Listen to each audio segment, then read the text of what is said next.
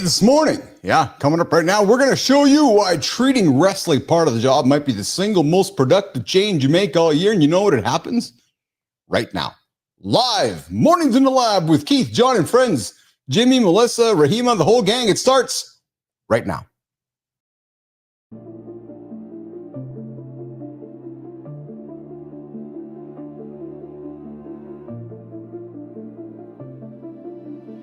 Welcome to Mornings in the Lab, where excuses when something negative comes up. Building muscle improves blood flow. From squirting to squirreling. Start small, build up, and expand from there. Be entertained by fun over here. How have I slept? Has my sleep been good? That's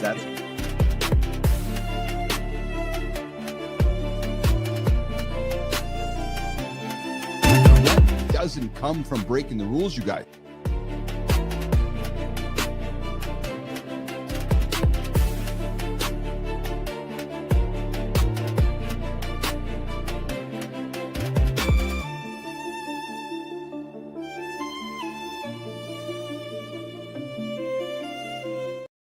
All right. Good morning, nation. Yes, we are live, 8 o'clock Eastern time, right here on YouTube, LinkedIn, and X. This is your live morning show for real talk, motivated content, and entertaining conversation. Yes. Boom! That help you start your day. Hey, quick reminder, everybody, before we get into it, are you snoozing? You're sure as hell not snoozing now. No, I don't think you are. I think I might have woke you up. Yeah, true story. Hey, hit that like button, subscribe button, drop a comment, so we know you are alive and you aren't rolling over and hitting the snooze button. I see all you mother. Oh yeah, this is an R-rated show. Yeah, true story. R-rated, sometimes X-rated. So hey, the language might offend you. So if you're rolling over with the morning wood, get over and pull it out and get rid of it. Yeah, make that decision first thing in the morning. That's what we talk about here this morning on Mornings Live with Keith and friends. And as always, you guys hit that snooze. You're 9 minutes behind. I have been snoozing in a long time. Sleep score today, Neiman, 88. Jimmy, 88, and I feel great. Oh, baby, I feel great. Yeah. Good morning, Holroyd. A little distracted today. Been working on a bunch of stuff. I don't even know what we're talking about today. True story. The whole team put the whole thing together today. As y'all know, if you've been tuning into the show for a while, I've been focusing on building. And thank God for excellent teammates when you have others that can just pull the weight behind you. True story. Hey, coming up, big show today on the Friday. We got somebody hanging out with us here this morning. Yeah, true story. Hey, coming up, morning loop, expect banter and fun for the first 30 minutes. Current conversation, some guy named Jelly Roll. Hey, Holroyd, are we still calling him Jelly Roll if the guy lost 200 pounds? Holy, you guys seen his picture? We're dropping it today. Jelly Roll dropped 200 pounds. Why? Because we like to talk transformations on this show. Yes, we had a guy on the show 2 days ago, lost 100 pounds. You lose 100 pounds? Dude, I lost 50, 60 pounds in my lifetime. But this dude lost 100 pounds. We got a picture to show you guys. Coming up, we're going to get Jelly Roll here on the show. Yeah, absolutely. The billions men are now spending on social media wellness trends that might actually be mostly bullshit. Yeah. And why top performers are choosing goals that pull them toward instead of just trying to avoid. Different mindset. I know Anderson's going to have an opinion on that one. And hey, Holroyd, I got a topic for you this morning. Sullivan got a topic for you this morning. Ears up, boys. Chuck Norris, 85 years old. The guy is still a fighter. Holy smoke-a-ronis. You guys seen Norris lately? The guy who makes the same, I think, hey, was it him and Clint Eastwood made the exact same movie over and over and over? Yeah, just the same movie, just different characters. Oh yeah, Chuck Norris, 85. We're going to talk about that one. And I know that Anderson's going to be motivated by that one because I know Anderson's living to 185. So Chuck will be his perhaps his motivating mentor along the way. Plus a quick look at AI models that are getting better at reasoning and a fun new open AI feature. Yes, that lets you drag even more people. I'm telling you guys, I'm telling you right now, there is a fight happening. For those of you that grew up in the Windows Apple world years ago, oh man, hey, Holroyd, there's a fight happening to Gemini and OpenAI. It's like one day one releases X, the next day the one releases Y. It's totally a big dick contest. And you know who wins? All of us. It is awesome. But I'm telling you, I'm getting pulled back and forth. Neiman, here's what's crazy. Gemini 3 drops this week. I haven't spent 3 days in ChatGPT since. It's crazy. It's actually crazy. It's crazy how they're pulling you into their ecosystems and you're like, okay, well, I guess I'm over here now. So anyways, we got a guest coming up on the show here today. The guy is really short. Yeah, Fuck, man. He's shorter than a dwarf. 6'5" Norwegian speaking Brit who helped open Disney's Magic Kingdom. I have no idea what the hell we're going to talk about with this guy, but he looks incredibly interesting. David Hannigan is joining us to pull back the curtain on what it takes to build those big magical experiences, big brands. We're going to talk about Disney and the magic happening at Disney and so forth. And after that, how a dog ended up becoming a better therapist. Oh, yes. Than any self-help book, and why having a curry. Fuck, man, I love curry. Neiman, you like curry? Oh, yeah, green curry. Oh, I love green curry. Good oh, fucking getting kind of hungry right now. Hey, Holroyd, you like curry? Sully, you like curry? See, here's the power of a good host. I'm telling you right now. Here's what happened. Anybody tuning in right now wants to know, someone start their own conversation. I was supposed to say furry. Co-pilot, ended up saying curry. And that just prompts up a whole different conversation because people have opinions on curry. It's like, oh yeah, fuck, I love curry. I hate curry. So that is how one hosts a show. It's funny, I was talking to Bjorn yesterday. He's like, I don't know what to talk about. I'm like, dude, you talk about exactly this. He's like, what do you mean? I go, you go to the camera and say, I don't know what to talk about. Because there's a lot of people out there that don't know what to talk about. Ah, yes, there's actually a conversation in that. Just like there's a conversation with, do you like curry? Green curry, yellow curry, green curry. Yep, I love curry. But anyways, why having a furry? Fuck. You guys know that furry thing? There's that whole furry meme thing where people get dressed up like furry characters. They all prance around. I wonder if Anderson knows about that.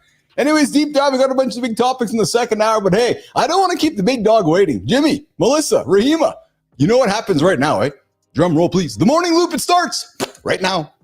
Fellas, if your brain woke up feeling like 15 tabs open at once, welcome in. This is your reboot. You've got 2 hours with us. We're trading fake hustle for real momentum in your body, business, and headspace. If your idea of recovery is scrolling until midnight, congratulations. You're training for burnout, not the life you actually want. This morning isn't about fixing everything. It's about choosing one thing you'll stop outsourcing to chaos and excuses. Mornings in the Lab is now live. Coffee is optional. Honesty is not. Take a breath, and let's get to work.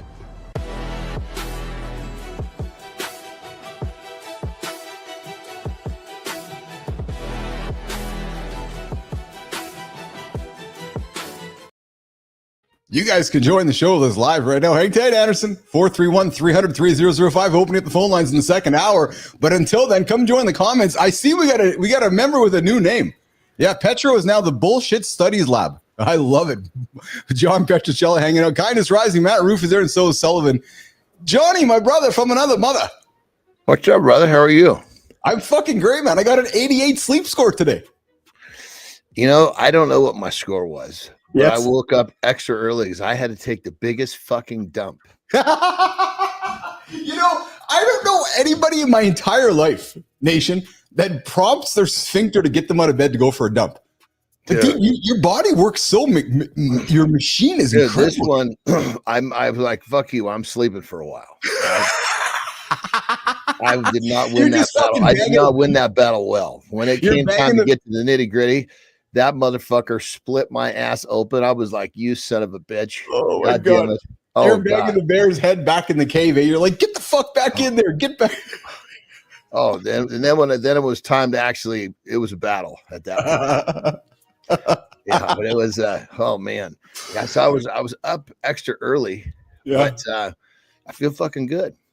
You know, in the no shit Sherlock department, I figured since we talked about it yesterday, like, hey, let's talk about this. I think what we'll do is we'll maybe lean into this for a little while. We can start the conversation with sleep scores. So I woke up with an 88. The no shit Sherlock, I knew it was going to be good. I was in bed early last night. I was intentional. Yeah, exactly. Kindness, the turtle head. But I made a strategic decision because I told you yesterday that I did not make the strategic decision. I was up late. So last night I was in bed early, an extra hour early, beat my alarm today. I didn't get up all night and piss. And I got up today and my watch told me that even though you slept longer, yes, I know, you only got an 88. I'm like, fuck, what? So here's the thing. Why didn't it give me a 93 or a 95? So here's the funny thing, brother. I'm going to play role play with you. I'm like, man, I should be 100. Why didn't you give me 100? Again, the mentality of numbers, right? You see what I'm saying? Right? Somebody who maybe not have the awareness around it is like, well, fuck, man, I should have 100. Why didn't it give me? Why did I have a 93 last week when I slept worse than I had today? Again, these variables around these ambiguous numbers. Yeah, and let's go into like body weight. Yeah. People get their head wrapped around these numbers, and I can tell when that's happening. So in the very beginning, in the very beginning, I got to break them loose of that because in many cases they want to recomp, which means the scale may not change, but they're going to get in much better shape, right? Yes. I say, okay, what would you prefer? Because a lot of times when they want to recomp, looking good naked is a big part of their description. They want to be happy. Okay. Yeah. Totally get it. It's liberating. Yes. Not being embarrassed to get naked with somebody. Absolutely. So I'll say, look, goal weight. You're there. You don't feel terribly good. You're still not comfortable with your clothes off. Or you're fucking 492 pounds. You feel like $1 million. You can't wait to take your clothes off. And your confidence is sky high. Which one would you pick?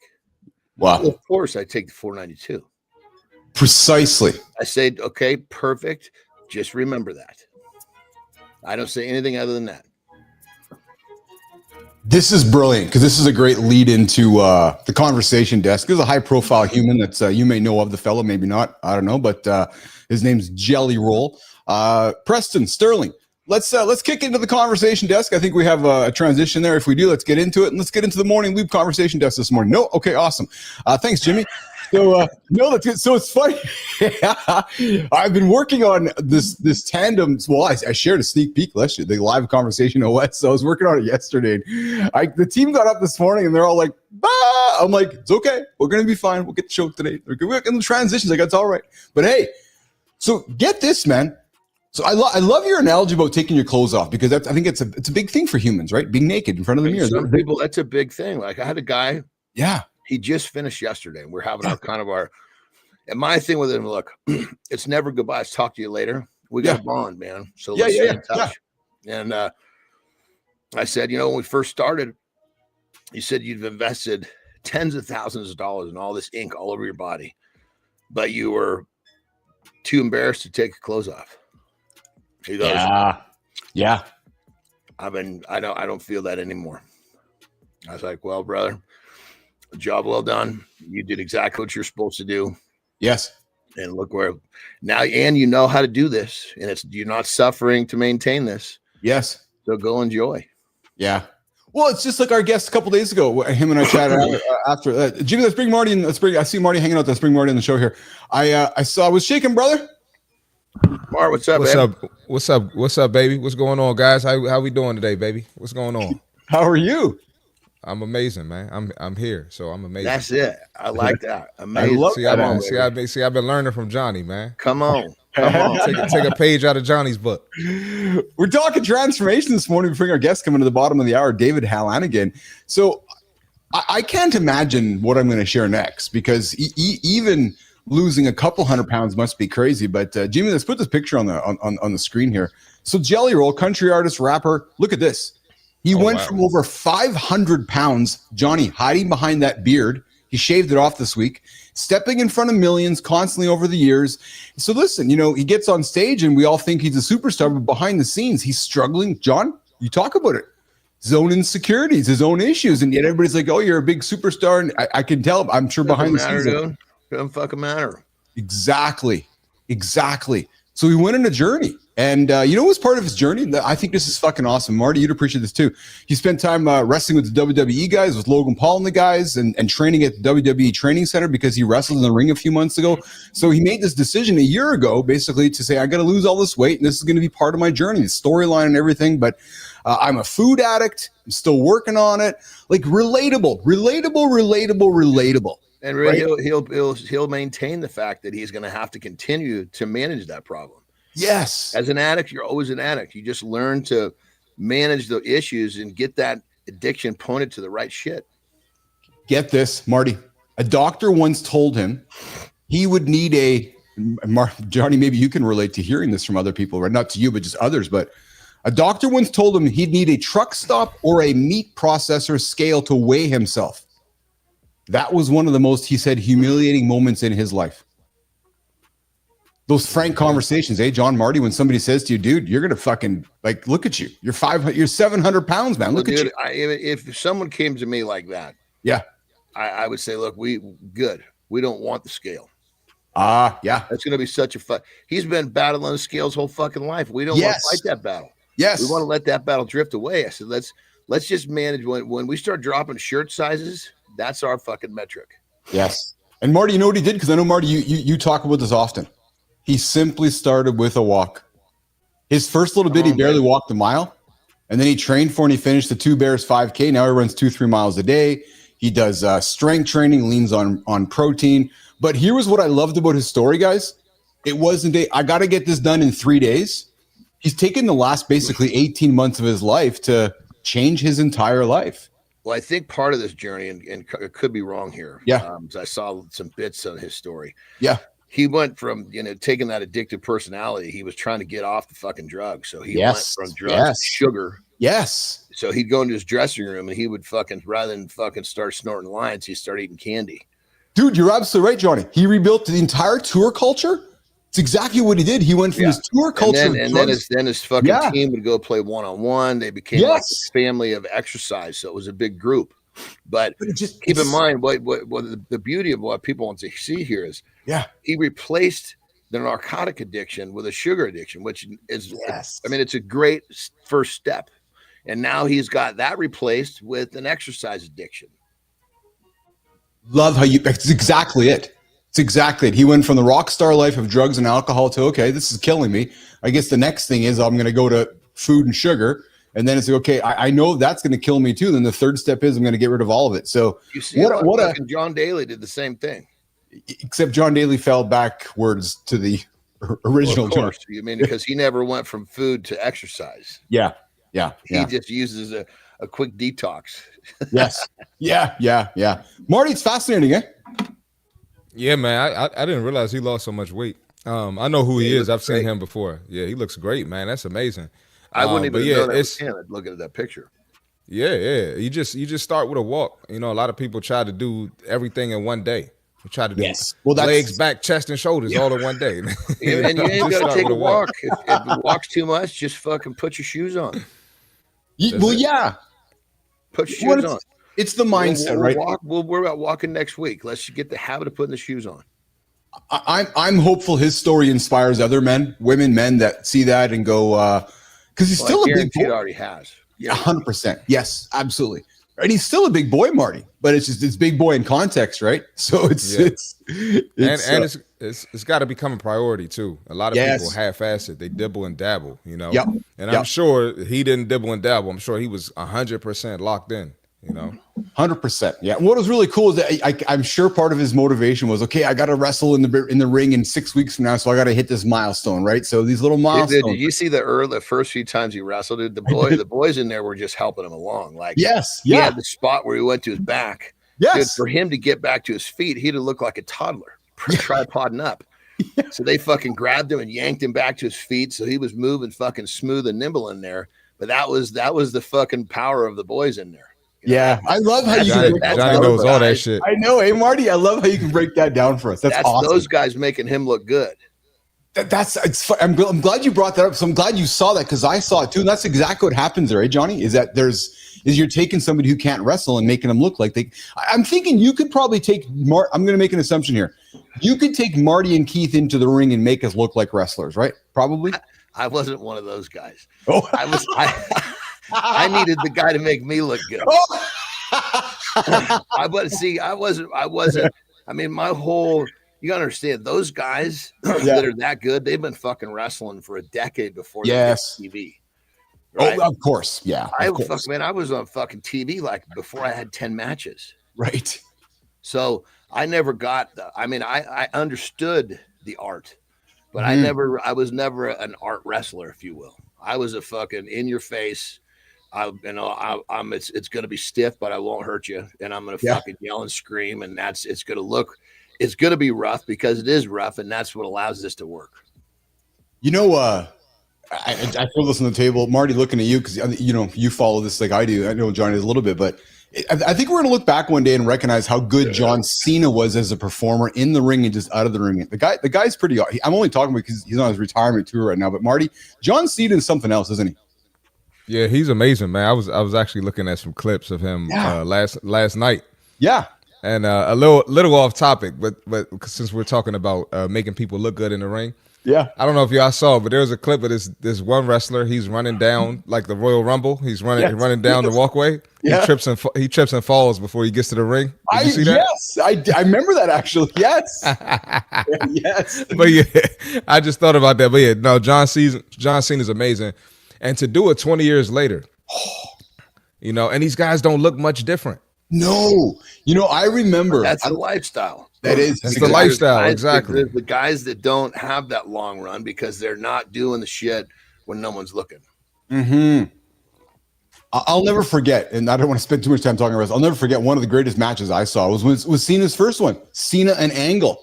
And Angle took through, and I remember because Angle, I don't know the proper language, Johnny, but he essentially led, because a dancer, he led Cena through the entire. It was awesome because it was. You see that all the time. You got an older guy, and then they'll put an older guy with a guy they're bringing up.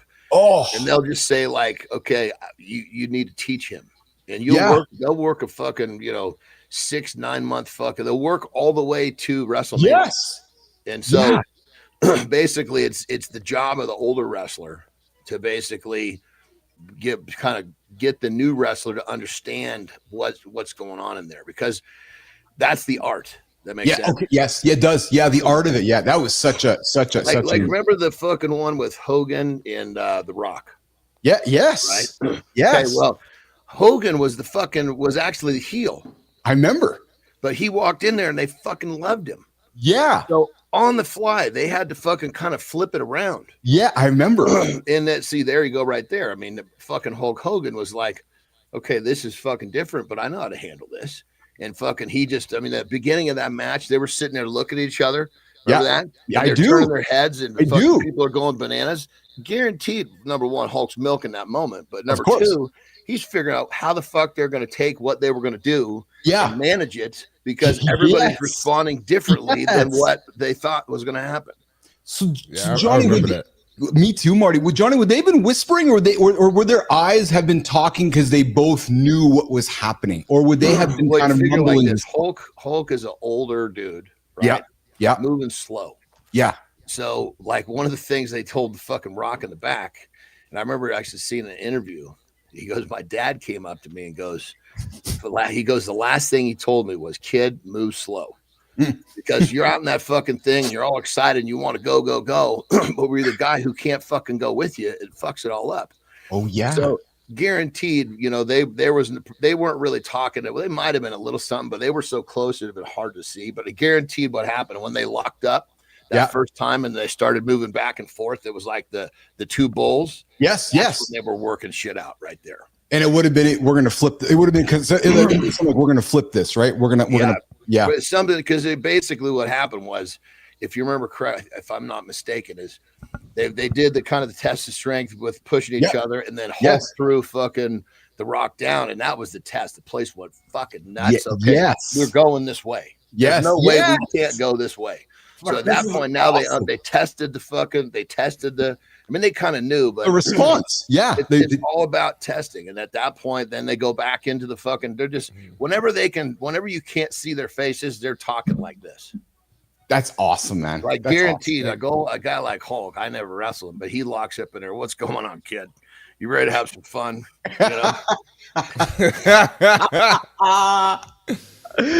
can I add a quick story real quick? Yeah. I remember when John Cena came on, I was probably like in 3rd or 4th grade. Yeah. And we didn't know wrestling wasn't real. Like it's real, but you know what I mean. Yeah. So we take this shit seriously. So I remember we come to school the next day. We always talked about like SmackDown. I think that's where John Cena started, on SmackDown. Exactly. We come to school yes. We come to school the next day. We're like, who the fuck is this white boy rapping? Because that's exactly what he was. Because we listen to rap music. What is this shit? I remember it so vividly, man. Like we're going down memory lane. I remember it, man. Marty, he was the cheesy white boy rapper too. Like, yeah, he was real cheesy back then. Oh man, but he got over. Now here's something cool though. If we're talking about this cultures, right? Yeah. So if you find, there's a lot of different interviews. You can find people like Snoop Dogg saying that Ric Flair was like their fucking god. Oh yeah. Oh yeah. Because, oh yeah. He was fucking talk of the talk and living the life. And keep in mind, there wasn't a lot. I mean, granted, some of it was a little over the top, but take what he said and split it by a third. I'm pretty close to the way he fucking lived his life, dude. You know, that's awesome. I watched fucking 10 girls in the fucking limousine, probably 4 of them in there.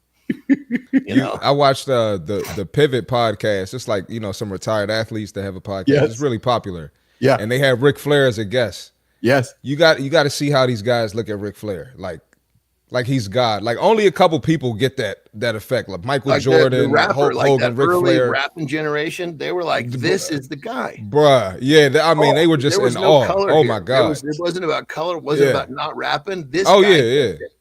It's so like, absolutely gets it. So we have a friend in the lab here who maybe has some connections to the Nature Boy himself, and I put out the feelers to see if the Nature Boy can join us in the morning here sometime. So, Petro, if we can make that happen, that would be awesome. But I'm not saying shit that episode. I'm sitting back and I'm putting the microphone down and watching like this. Fuck, if we ever, I'm gonna sit back and let Johnny and Rick. I'm not saying shit. We might just book a 4-hour show, that one, but and I just went happy with you. Woo! Fucking but you know what the thing is? I just saw him like 2 weeks ago on Instagram, and I don't know the number, but still deadlifting like 800 pounds. The guy just walks up to the rack and dude, come on, no. I know, no way, bro. No, but I know I wasn't 800 pounds, but the guy's walking up to the rack and still doing crazy shit. He's crazy. He's living his life. Yes. Yeah. No, he doesn't know how to live any different. Well, that's exactly it. He doesn't know how to work. This is the way he lives. Yeah, yes. Yo, some of his stories are fucking insane. Some of his stories, Marty, you can't even believe that they're real. I don't believe all of them. No way. No way were that. You take the story, you cut it by half. It's not fucking far off. The guy at one point owed like fucking $4 million in taxes. I remember, John. Yes. Taxes. That means he made so much money. Figure, he'd spent $15 million to owe that for. Yes. All right. Speaking of storytelling, boys, we got a fun guest coming up. His name's David Halanigan, and here's what you need to know. This guy's been creating visual magic for 27 years. We're talking illustrations, designs, animations for clients like Disney, Lego, Liverpool. The guy's done some pretty cool shit. What struck me about him when I found his profile was he's interesting, and I'm always looking for interesting characters to bring onto the show. He's really short. He's his name's David Halanigan. He's 3'2". No shit. Yeah, he's only 3'2". Yeah, 3'2". Norwegian. He's shorter than some of the dwarfs that we had on the show last week, lifting those bombs up there. So yeah, 3'2" Norwegian. Is he sitting in the green room? I'm not seeing him. Is he coming today? Yeah, because he's so little. He's sitting there in the group. I can see him. He's a 6'5" Norwegian speaking Brit who once opened the Magic Kingdom at Disney. He has zero tolerance for bullshit. Jimmy, I think we got an opener for this guy. Do we? If we do, let's run the opener for our upcoming guest, Mr. David Halanigan. You know those ideas in your head that feel brilliant, but die the moment you try explaining them with slides? We've got a guy who turns confusing, boring messages into visuals people actually feel, remember, and share. His name is David Halanigan. He's an illustrator, designer, animator, and all-purpose creative troublemaker who's been shaping stories for clients worldwide since 1998. For 27 years, David has helped world-renowned brands like Disney, Lego, Coca-Cola, and more communicate visually. He's created campaigns for giants like Pepsi and smaller teams, always shifting styles so every project looks unique. He once helped open the Disney Magic Kingdom, speaks fluent Norwegian, and insists his job is simply making other people's ideas land. Today, he helps everyone from global giants to founders communicate clearly, engage audiences, and make their pitches and brands look less terrible. He jokes he is balding into Art Garfunkel, calls himself Labubu Guru, and proudly signs bios as father of two things. He rejects the fruit tea and studio cat illustrator cliche, trusts his radar for difficult clients, and chooses projects where curiosity beats ego every time. Underneath the jokes, David believes visual storytelling should make complex ideas obvious, make people feel something, and be unapologetically, disarmingly funny. David, you're in the right place. Welcome to the circus called Mornings in the Lab. The man graduated from the University of Madupia with a degree in BA Baracus. Yes, you heard that right. And when I asked him what he wants our audience to remember about him, his answer was simple. John Marty, that I'm funny as fuck. David, welcome to the show, brother. Hi, everybody. What year is this? I've never heard this kind of like morning breakfast show thing, guys going like, hey, yo, for like 1,000 years. That's what it's all about, baby. That's what it's all about, David. That's why you're on. That's why you're lifting weights and you got the glasses and the hats and the things. The only thing that makes it like current time is that some dude's wearing Bluetooth headphones. Otherwise, I'm thinking like, it's definitely like 96, 97 or something, thereabouts.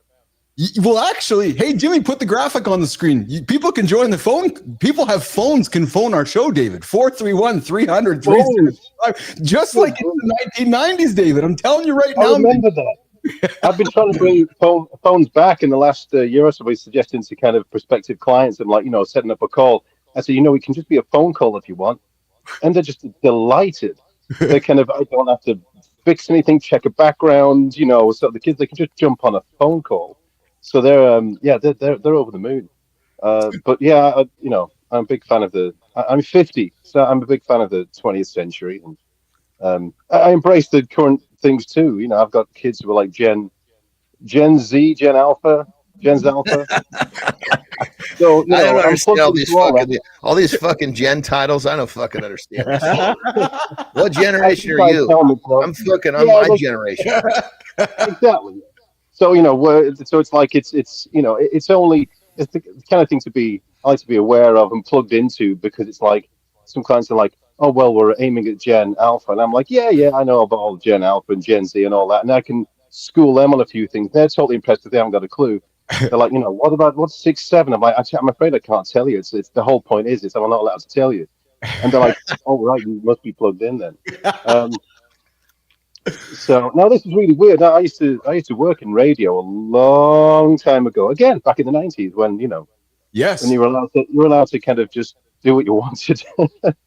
So David, we believe this is the future. Actually, and I'm being serious with you right now. I believe there's a renaissance happening where we're going to see a transition back to more live conversational formats, because AI has leveled the field of what's real, what's not real.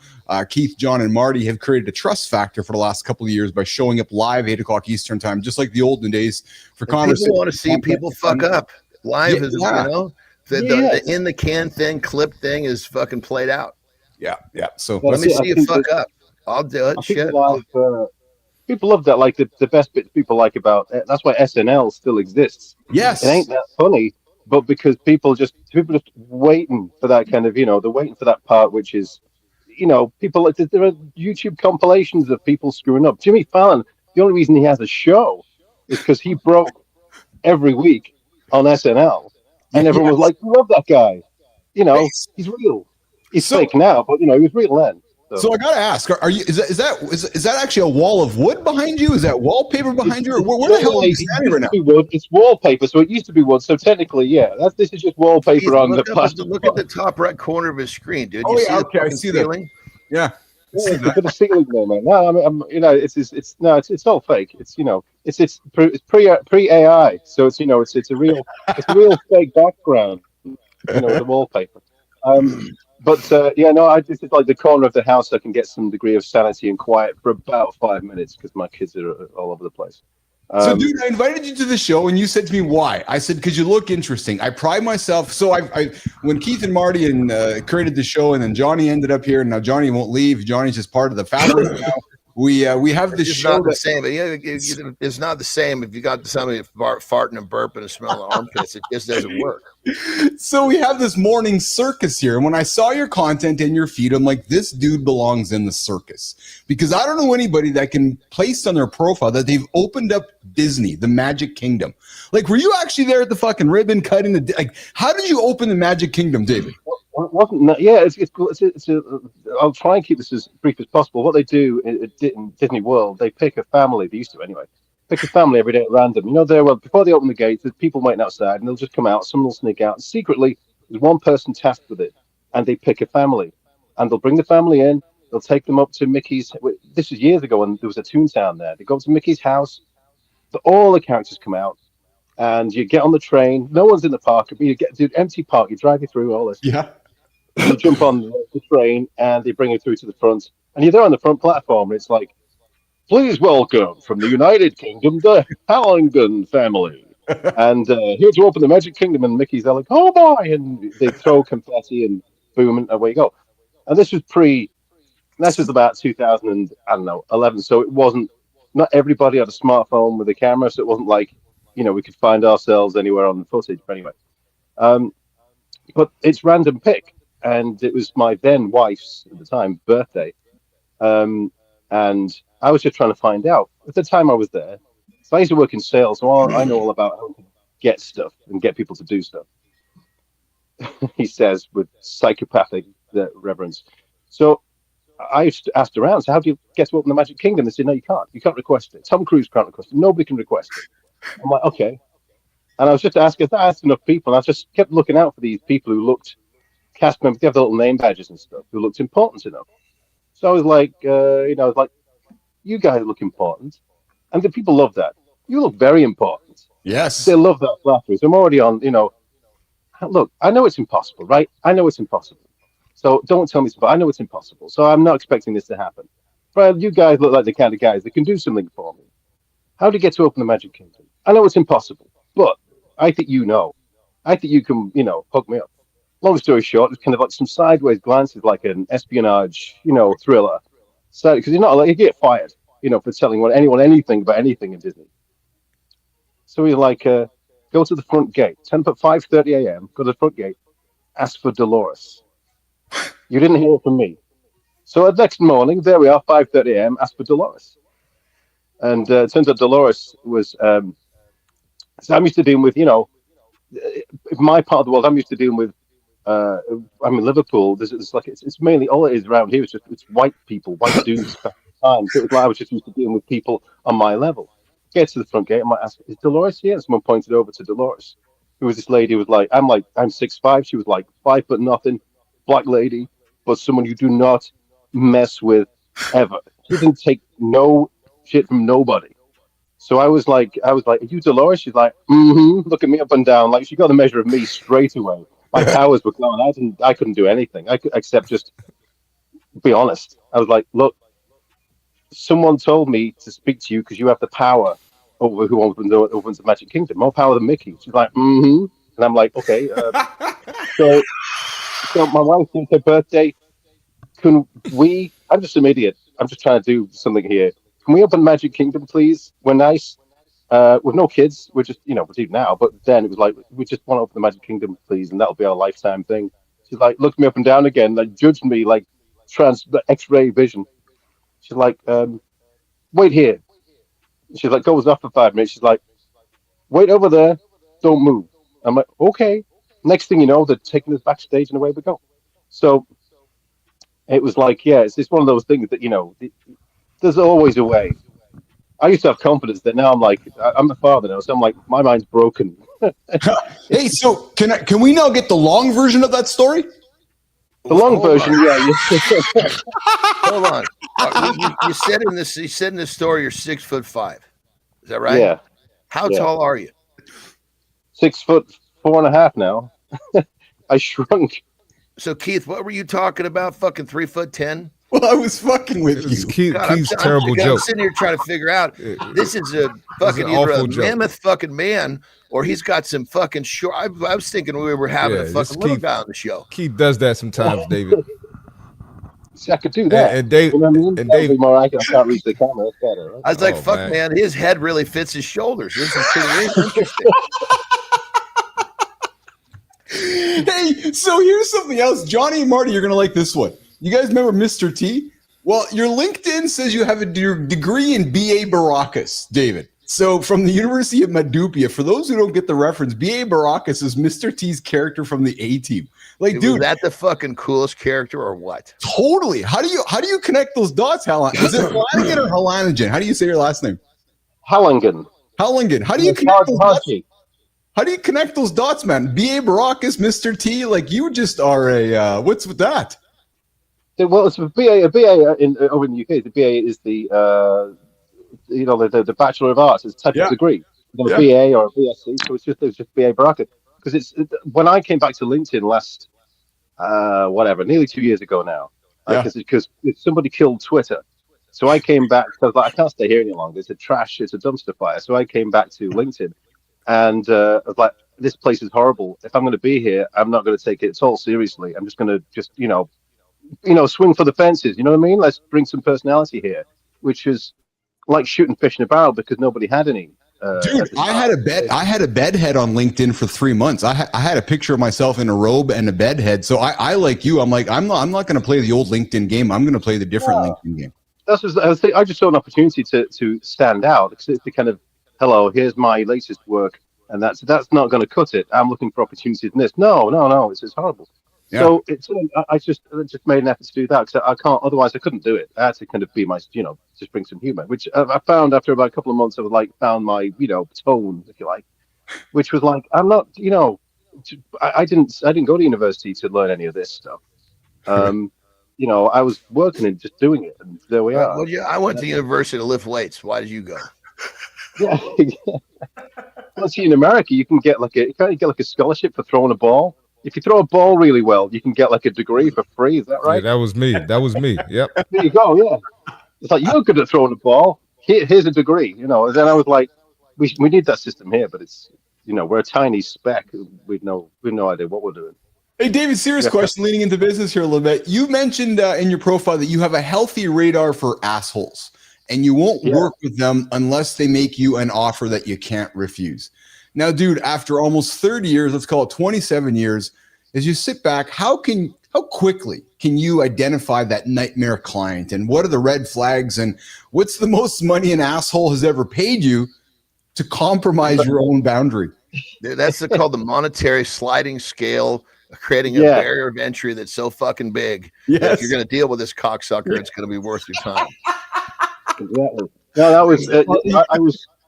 I was told, this is a slightly different story, but I met up with an Imagineer. I was meeting about doing something to do with parade floats. I won't diverge into that story. But I met up with an Imagineer while I was at Disney one time. And hey, real quick, brother, I don't want to interrupt you, but I'm going to piss my pants. So you got to give me like 30 seconds. I'll just step out the fucking door and take a piss. You can do it right there. We don't mind, John. That's fine. Story, so but I don't have a bottle with me. Big enough. Like they do like different. They do different things for different departments in Disney, right? They just don't. It's not just like Disney making stuff for Disney. The other departments have to pay each other for their budgets. And he says, there's one department, I can't tell you, one department is a pain in the ass all the time. And we pay them and we charge them a nuisance tax. We have like a nuisance. We would know it's going to be a pain. We have to deal with them. So we just charge them. So like, that's legit. Do that. So, give me a tip. So I do that. Like if there's someone who's like, I can tell my alarm bells are going off. Take me about 10 seconds. If that, 10 seconds, less. I can tell from the way they ask me about doing the work. I can tell, I can detect it. But it's like, I'm like, okay, it's going to be, I'll add a couple of grand, depending on the job. If it's a big job, I'll add 5. It just depends. Also depends how broke I am, because the chances of them not paying are reasonably high because they're also an a-hole. Yeah. But it's like I'll always get paid. Usually what happens is they'll go through my filter system, which if they're that bad, and I'll ask for payments, like 50% payments in advance. And I do that with everyone. And it's almost certain that if they're that bad, they won't pay. They'll start quibbling and they won't want to pay it. So I'm like, that's fine. So then it's never a problem. So we are, folks. I love it. I love it. I love it.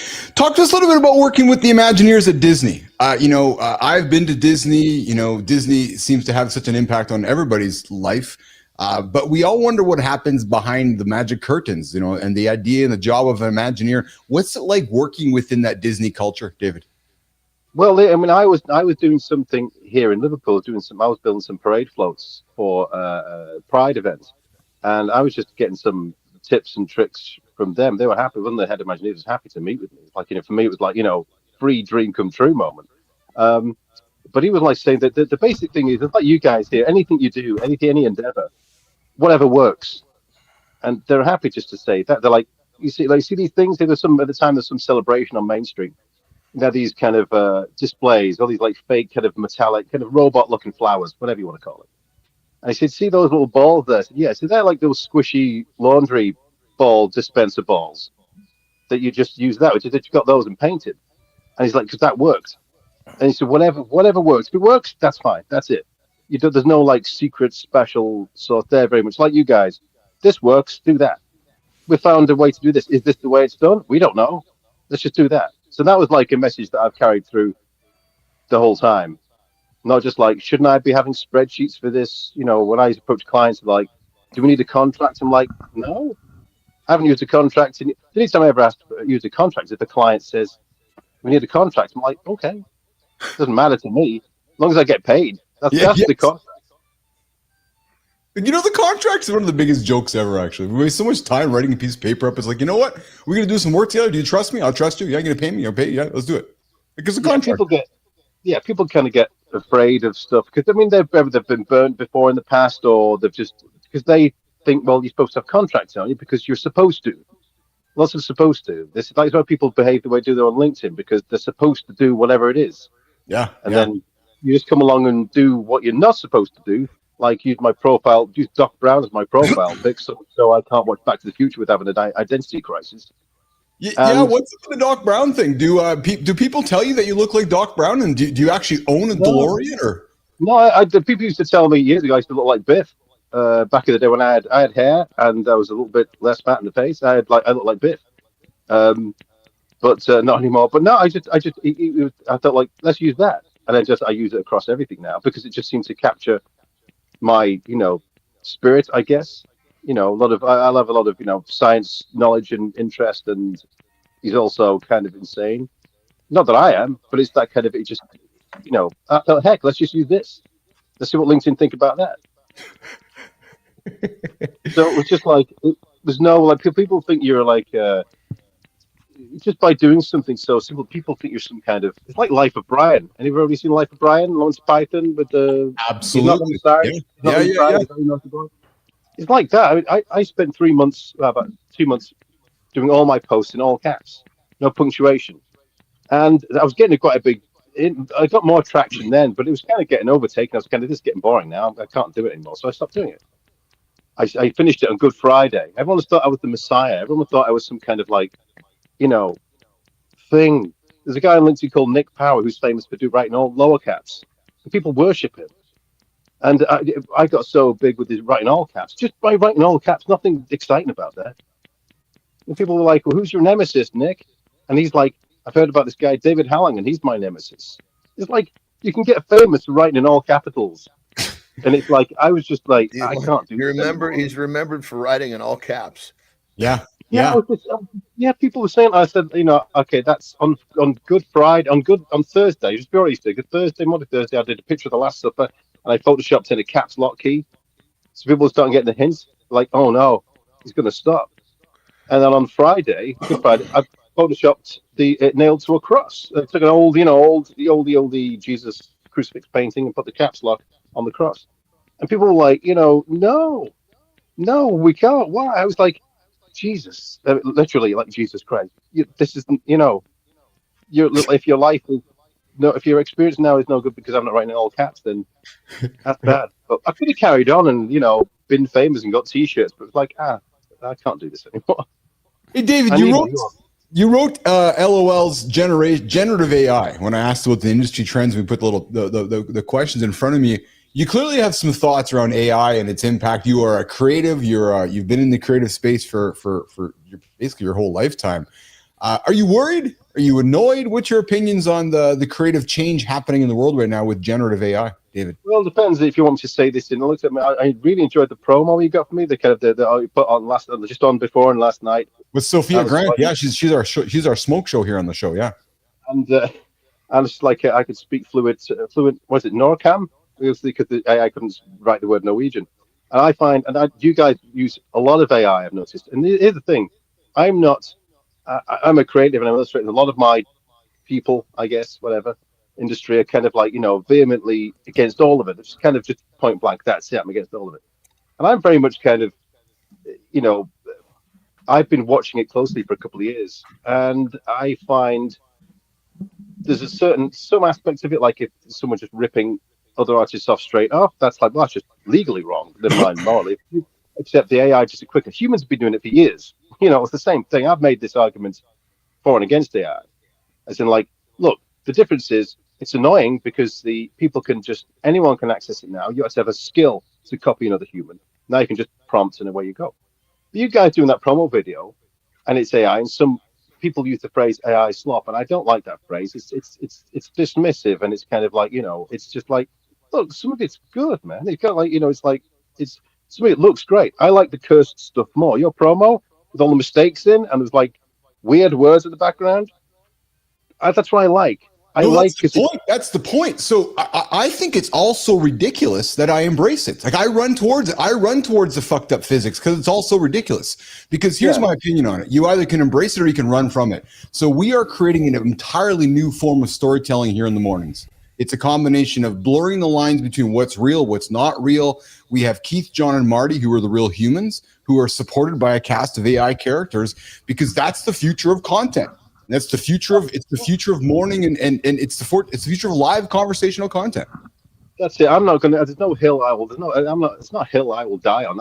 For me personally, in my illustration work, I don't use it at any point of part of the stage because I've taken the standpoint for you've got to find yourself, you've got to find your place if business goes, find your place and you deliver a certain product. And I'm known for being, ironically enough, on LinkedIn, my profile pic is Doc Brown. It isn't even me. Ironically, I go on the attack of being genuine. There's no difference between the persona I present on LinkedIn is the same persona I am in real life. There's no difference. There's no blur, except I look different. Yeah. So everything is genuine. So therefore, my work is all genuine. Every scrap of it is just, there's no AI used anywhere along the way. Much of AI isn't actually AI. It's technically, from a computer point of view, it's something else. But let's call it what it is. It's AI. Everyone calls it AI. But it's but I don't, it comes along and there are tools which I might use in the future, which you can train purely on, like enclosed from the internet. You can train it on your own stuff.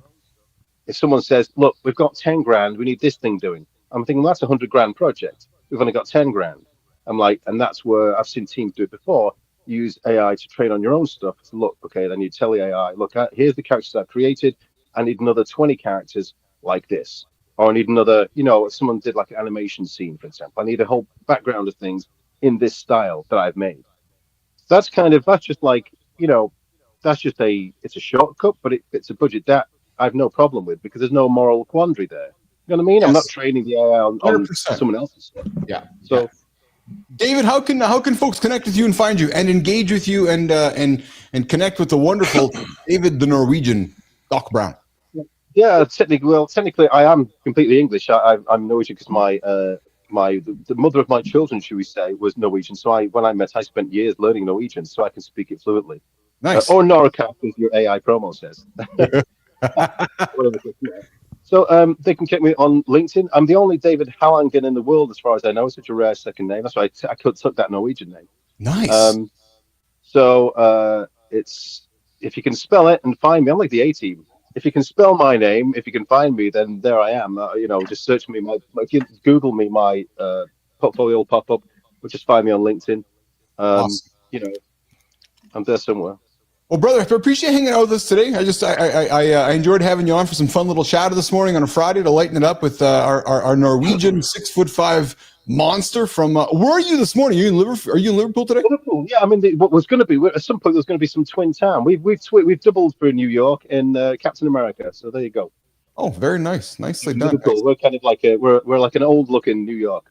Nicely done. Well, listen, we are a morning show. We are evenings, late afternoons, and evenings for us. I hope you'll tune us in. I hope you'll come hang out with us in your afternoon evenings while we're getting up and starting our day, and come hang out with us sometime on the show again sometime. And the comments are open all the time. Would you do that, David? Okay, cool. Thanks very much, Keith. Awesome. Marty, Johnny, let's we'll welcome David out of the show here as we reset hour 2 on Mornings in the Lab. Thanks for your time, brother. Awesome. All right, guys, let's walk David out of here. We'll do a reset with John Anderson, lifestyle tip. We'll do hour 2, and Marty, stick around. Hey, buddy, stick around for a bit. Awesome. Cool. Let's do it, Jimmy.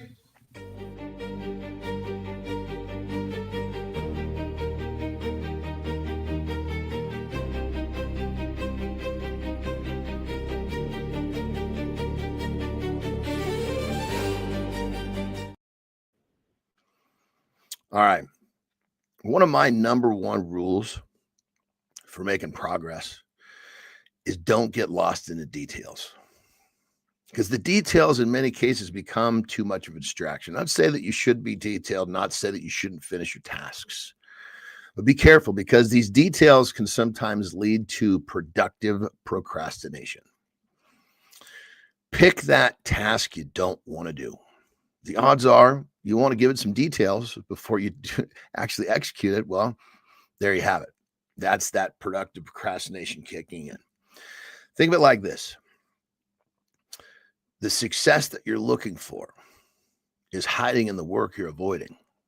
And in many cases, you're using those details and that planning for perfection to try to keep a buffer between you and that thing that you don't want to do. So when you're thinking about what you need to do to move the needle forward, it's very simple. Look for the thing that you don't want to do. And then the second part of the tip is do not overcomplicate it with a bunch of details that are going to keep you from taking that first step to crush that task to get you what you want. So remember, don't get lost in the details. Rock and roll.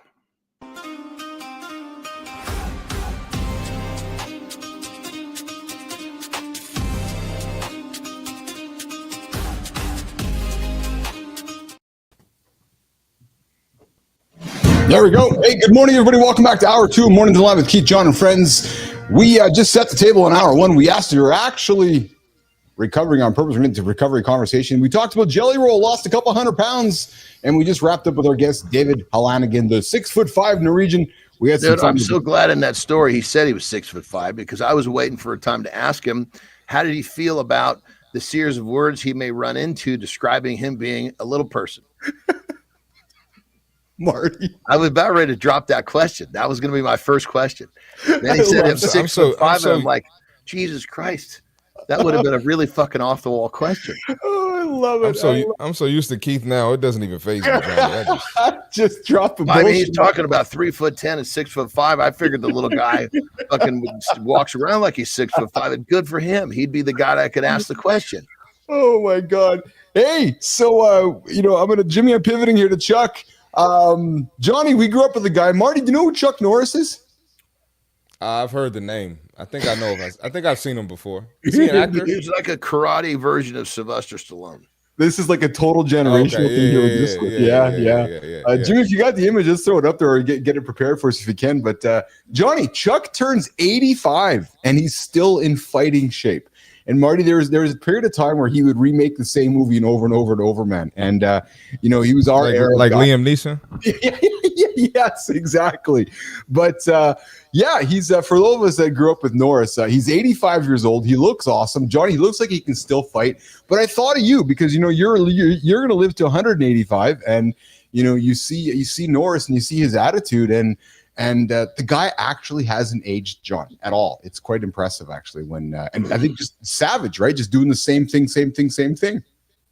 Yeah, I mean, it's when you get into a lifestyle and you live that lifestyle, you really do kind of chase away Father Time. Yes. Jimmy, if you can get a picture of Chuck, let's get that picture of Chuck Norris. I think I dropped it in there let's throw it up there. While you're doing that, I found something quite cool. We've talked about it before on the show, but this is a good one because I suspect the three of us are this. Science says super achievers don't hear me clearly with my words I'm going to use here because it's clearly in the words. Super achievers don't set avoidance goals. They actually focus on moving to a chance of quitting.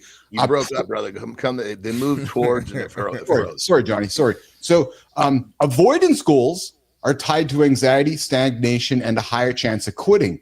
Approach goals target a positive outcome. Like, for example, I want to increase sales by 20%. Avoidance goals are, man, we can't do anything to lose. We can't lose sales, Johnny. We got to make everything in place so we can't lose sales, right? And what the science shows is that approach goals, that's a scarcity mindset. Yes, that's why I brought it up here, because too many of us focus on plugging the holes in the canoe instead of figuring out a new way to move forward, right? And science is showing that if Marty is running towards an approach goal instead of avoiding something, dude, it's so fucking crazy. Like, this is the funny you say this. I was just playing a game of chess, right? Okay, yeah. Oh, yeah. It's a buddy of mine who's actually is really fucking good.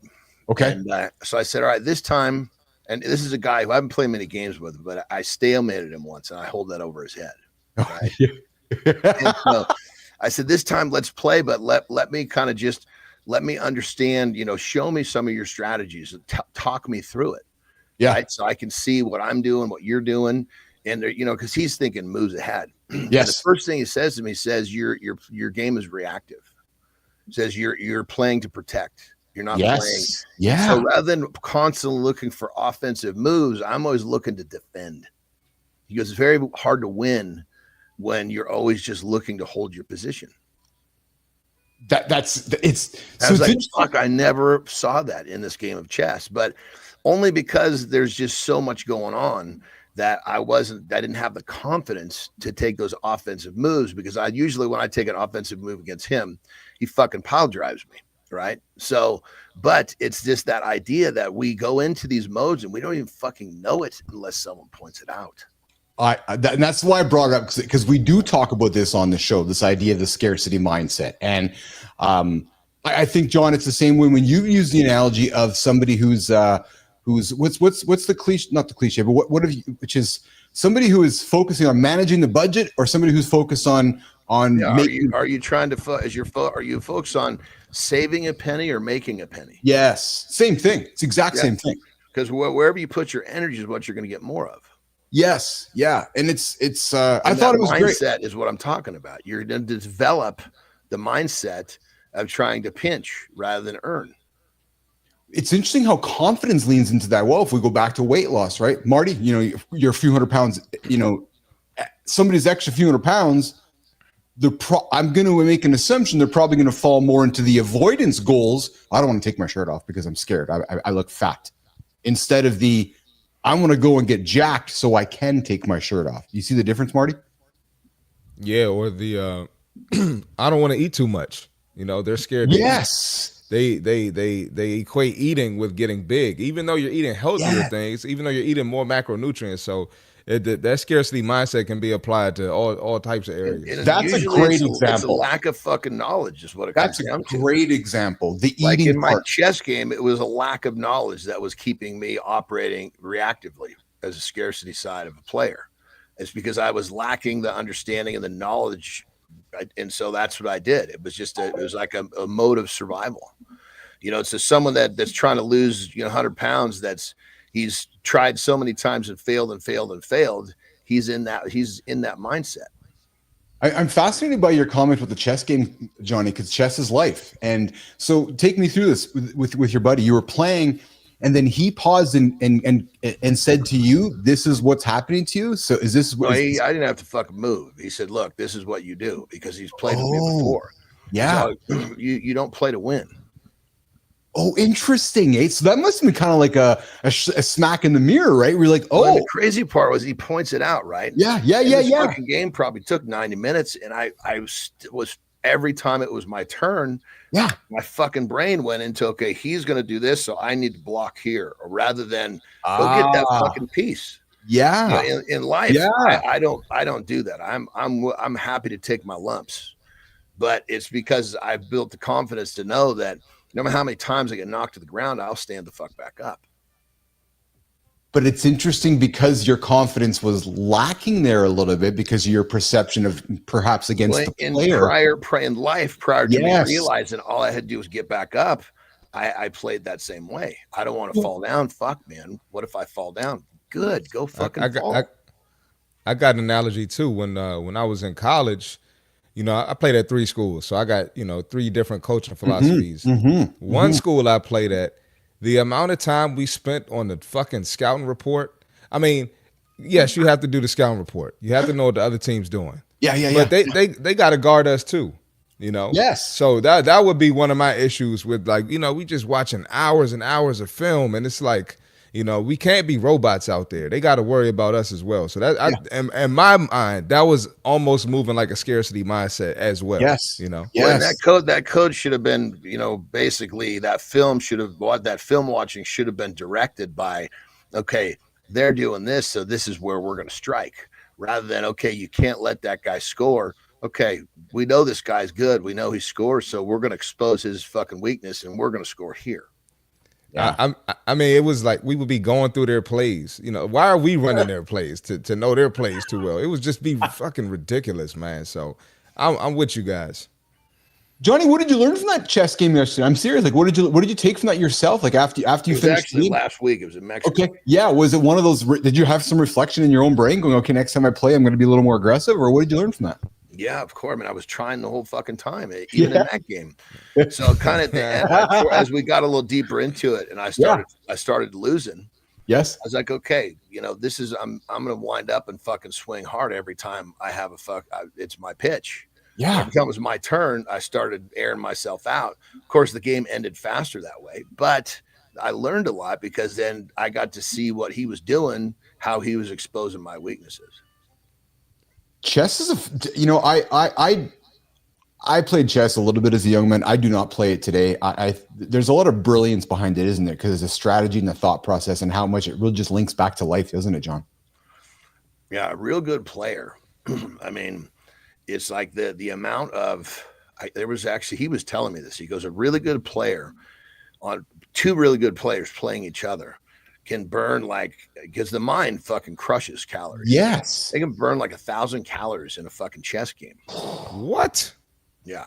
Marty, have you played chess before? Do you play chess, Marty? Have you? No, I never played chess, only checkers. Yeah. So I would say me too. I play a little bit of chess, not enough to, consider myself any way of good at it, but I'm fascinated by it because I think it's because just to what John's comment, it's a brain game, right? And it's the world. It's really what it is actually. So hey, back to Chuck Norris, guys. Jimmy, get that picture up there. I do know who he is. Yes. Yeah. Yes. It just wasn't. It didn't register. There he is. He emphasizes staying active. So here's cliche, the no shit Sherlock. He stays active every day. He trains joint friendly with tools like pool drills, low impact strength work, fueling with quality nutrition, and treating rest as part of the program. No, dude, the scale flip flops on the amount of rest you need as you get older. You've been hearing me talk about this discovery. I know on the fucking show a ton. I mean, it's like my training going to every other day became like a staple while I was on this show. I know, because you change it while being on this show, and then when we were starting, I was on a 3-to-1, 3 on, 1 off. Then I went to 2, and then I experimented with 1. And I realized that's just every other day is my jam. Yeah, we got a question here from a concerned tenant. We got a question for Johnny. Hey, wanted to ask Johnny Anderson is pretty sharp early in the morning, Cali time. Is there any risk of nicotine gum causing oral cancer? I'd like to get 2 on board with that. I'm 62. So hold on before you answer. Nicotine has nothing to do with cancer. There you go. So we are actually rugby gum is the one that I would recommend, largely because from a gum standpoint, it has very, very little. It's the delivery system that fucks people up. Yeah. Yeah.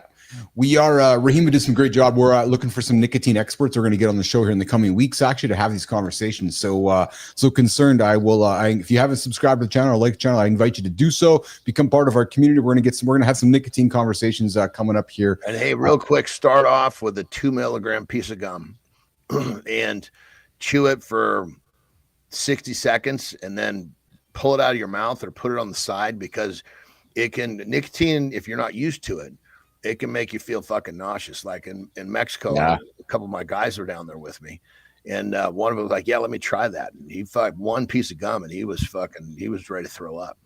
So, but he does no nicotine though. So, Marty, I was talking with, remember Marty, we were talking about Zyn packs a couple weeks ago. When Carter was here a couple weeks ago, we were talking about it, and I said, hey, so you tried it? He goes, yeah, I tried it once and I puked.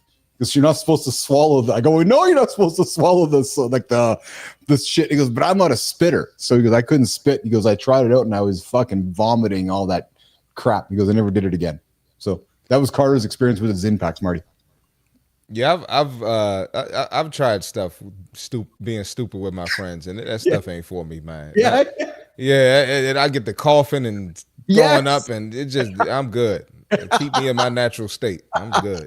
But I like that you tried it, right? And I like that Carter said, yeah, I tried it, right? Because I would hope my kid would say, yeah, I tried it. And I'm not trying to push my kids to try shit, but it's part of growing up, isn't it? Trying shit, right? And seeing what happens. But also, Mark, with nicotine, you got to understand that what they're learning now is this is like a fucking antiviral deal. When you're using nicotine regularly, viruses have a hard time fucking dealing with that shit. I would have never known maybe that. Cannabis too, because I really get ill. So maybe cannabis has something to do with that too. I mean, there's a lot of fucking like underlying little piece of info floating around out there. We'll never know till it starts to actually happen. But that nicotine is going to be more and more difficult to get. Yes, because it puts it. I mean, if we could all be walking around with a fucking patch or chewing gum, avoiding the shitty delivery system and not needing fucking vaccines, what does that do to the medical field? Here's a good segue. So, looking at our friends across the pond there, boys, this would apply to North America as well. And you guys, we're all in this industry, so let's just throw it on the table. British men over 35, Marty, so not you yet, you're almost there. British men over 35 are spending over $2 billion a year on wellness products pushed by social media, and most doctors say it's useless and bullshit.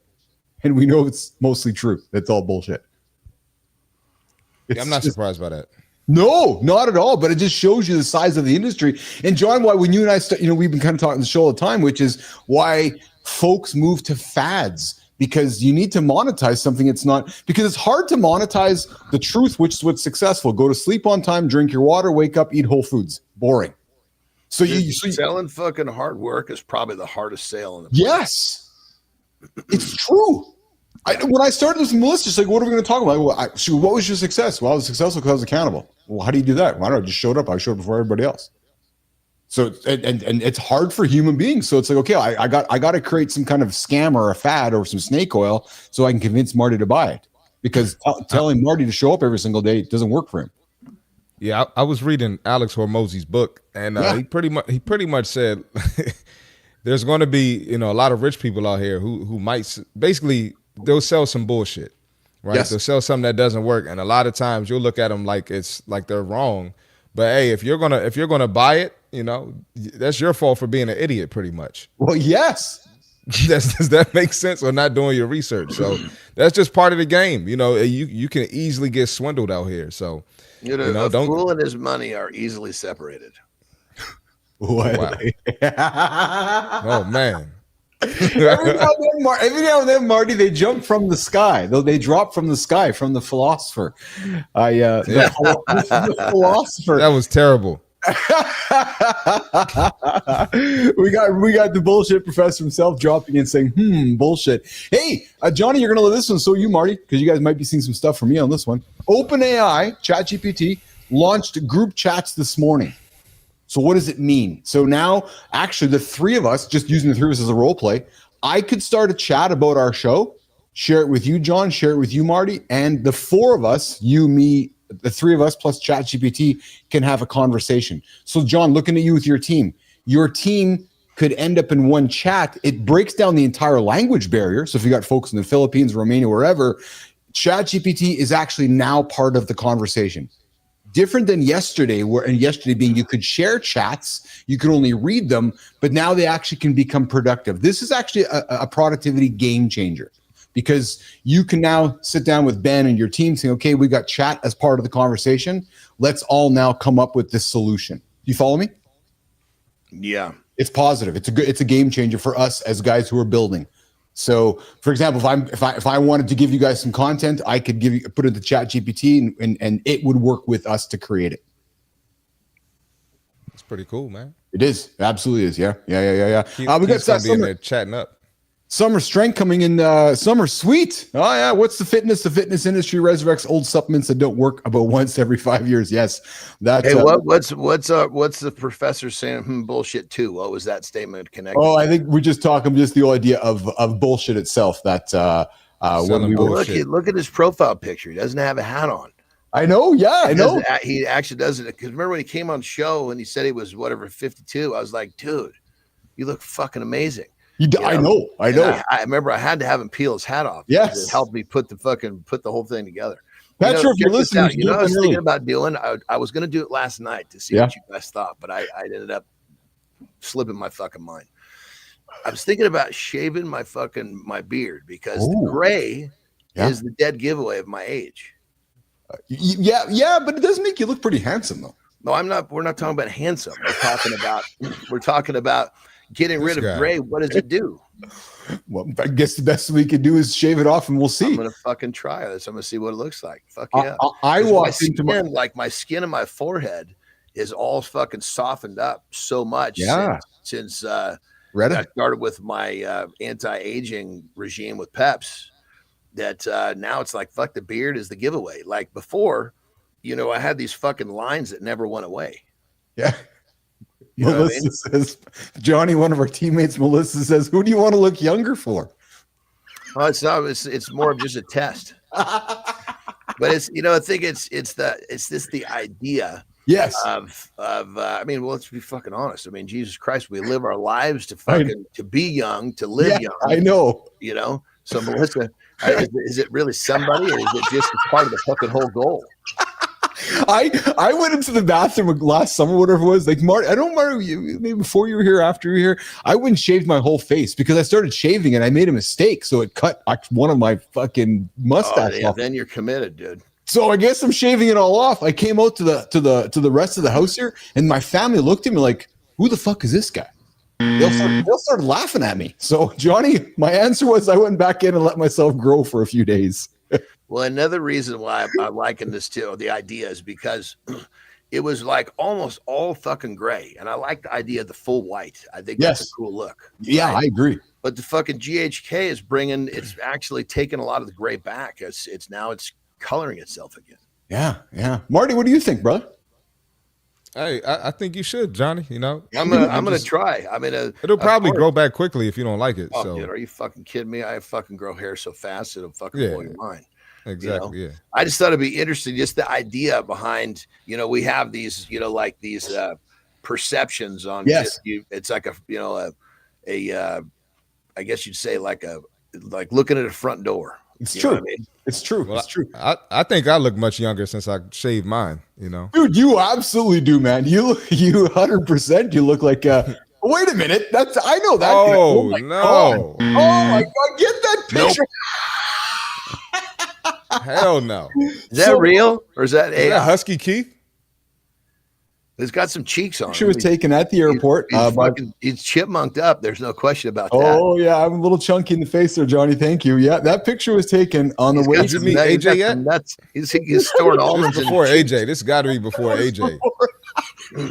That's definitely before AJ. AJ saved your life. That's it. That was an image that I took on the way somewhere. It was about my Roadster. I was at the airport actually. I wanted to take a picture of me, so I had my leather jacket on, and yeah, would have been like Shane McMahon. 2000 before he jumped off the cage. 2010. Before he jumped off. I love Shane McMahon, man. I fucking love that guy. He's well, do you know why he did all that crazy shit? Is because he was the fucking son of the owner. He had to earn that shit. The boys were not just going to take him. I know, because he was part of the fucking family tree. He had to earn that, and he did by. I mean, some of the shit that he endured. Yes, he did a lot of shit. Oh fuck, man. I mean, well, Johnny, to your point though, I remember because there was many, but I think one of the biggest turning points is when he did the cage match and he jumped off and he landed on the table when he actually injured himself. But that was, I think, a turning point for your point, the respect factor in the locker room, because it was like, holy fuck, he's doing that. Yeah. And he did it. And I think he broke his shoulder, whatever it was. But that's crazy, Marty, where that's how you have to get respect, which is, there's a lot of ways to do it. Yes. I mean? That was the path he picked. Yeah. Hey, Johnny, question from us from Seasoned. How often do you dose GHK, Johnny? Every day. Okay, there you go. And for those that are listening, GHK is? GHK-CU to be totally. It's basically it's like a collagen thing. Okay. I would recommend for people that are just starting, do it for a week or two, then stop for a week, kind of cycle a little bit to see, because some people it's going to work better if they cycle it. I kind of play with it. I can actually take it for longer periods of time with no issues, but because there is copper in it, the very outside chance that copper can build up and the body needs a chance to get rid of some. Oh, interesting. Petrocelli says, if John Anderson grows the Papa Smurf beard, he'll look more philosophical. Yeah, maybe this. I'm telling you, the full white one. I was fucking. I was getting close. I'm like, Jesus Christ. Well, dude, and you're big, so your fucking look, you'd have a pretty awesome look with you. Like you'd have that fucking. One of my training partners. Yeah, one of my training partners. He's an ex major leaguer. Yeah, and he black dude. Yeah, and he black, like dark as night. Like a dark room, close his eyes, you don't know he's in there, right? And he's got the full fucking white, and it looks fucking cool, dude. I love it. Hey, before we get into before I walk you guys out of here, just a quick little chatter about your dog might be the best therapist you never hired. John, quick second. How does your dogs actually help you with your stress and your life? And I'm serious question. Like, just talk for a second about. It's interesting. It's perfect timing because so when we went to Mexico for last week, we went to Mexico the last week. Well, it's also because you and I got some fucking weird ESP shit going. Yeah, yes. So our youngest daughter's here with us, so she stayed behind. Yeah, and we left the dogs with her because, of course, they would fucking die for her. Yeah. Not that it's needed, but we just felt better. So we went to Mexico for the first time ever without them. Yeah, and it was really fucking weird. Like I was gonna say, how did you? I get up early. They normally follow me out. And even just the weird. Like I drop a little piece of fucking food on the floor. Like, God damn it, I got to pick that up. Yeah. Normally they clean the floor for me. Yeah. But it was really. I got home and I was like, it gave me a kind of a new appreciation. Yeah, it was like, because they engaged with me so much. And for me to engage a little bit more made a fucking big difference, and they honestly weren't ready for it. Marty, I know you had a dog growing up. Do you miss having a dog, Marty? I got 2 of them. Oh, I'm sorry. I apologize. I thought you had them in past. I didn't realize you still had them. Yeah, no, I got 2 of them. I just fed them before the show. When you're living by yourself, are they with you? Yeah. Yeah, I got 2. What are they? Presa Canario and Cane Corso. Oh no shit! I thought. I apologize, like? Man. I thought they passed. I didn't realize. What those look like? Pull a picture up. Yeah, I posted them a couple weeks ago. They were tearing up a box in the house. Oh. Hey, Melissa, pull up a picture of what these dogs look like. Marty's Maybe gonna not his, but yeah. Are they your dogs? Are they your dogs or mom's dogs? They're basically mine, but they're my mom's dogs. But I do awesome. I take care of them.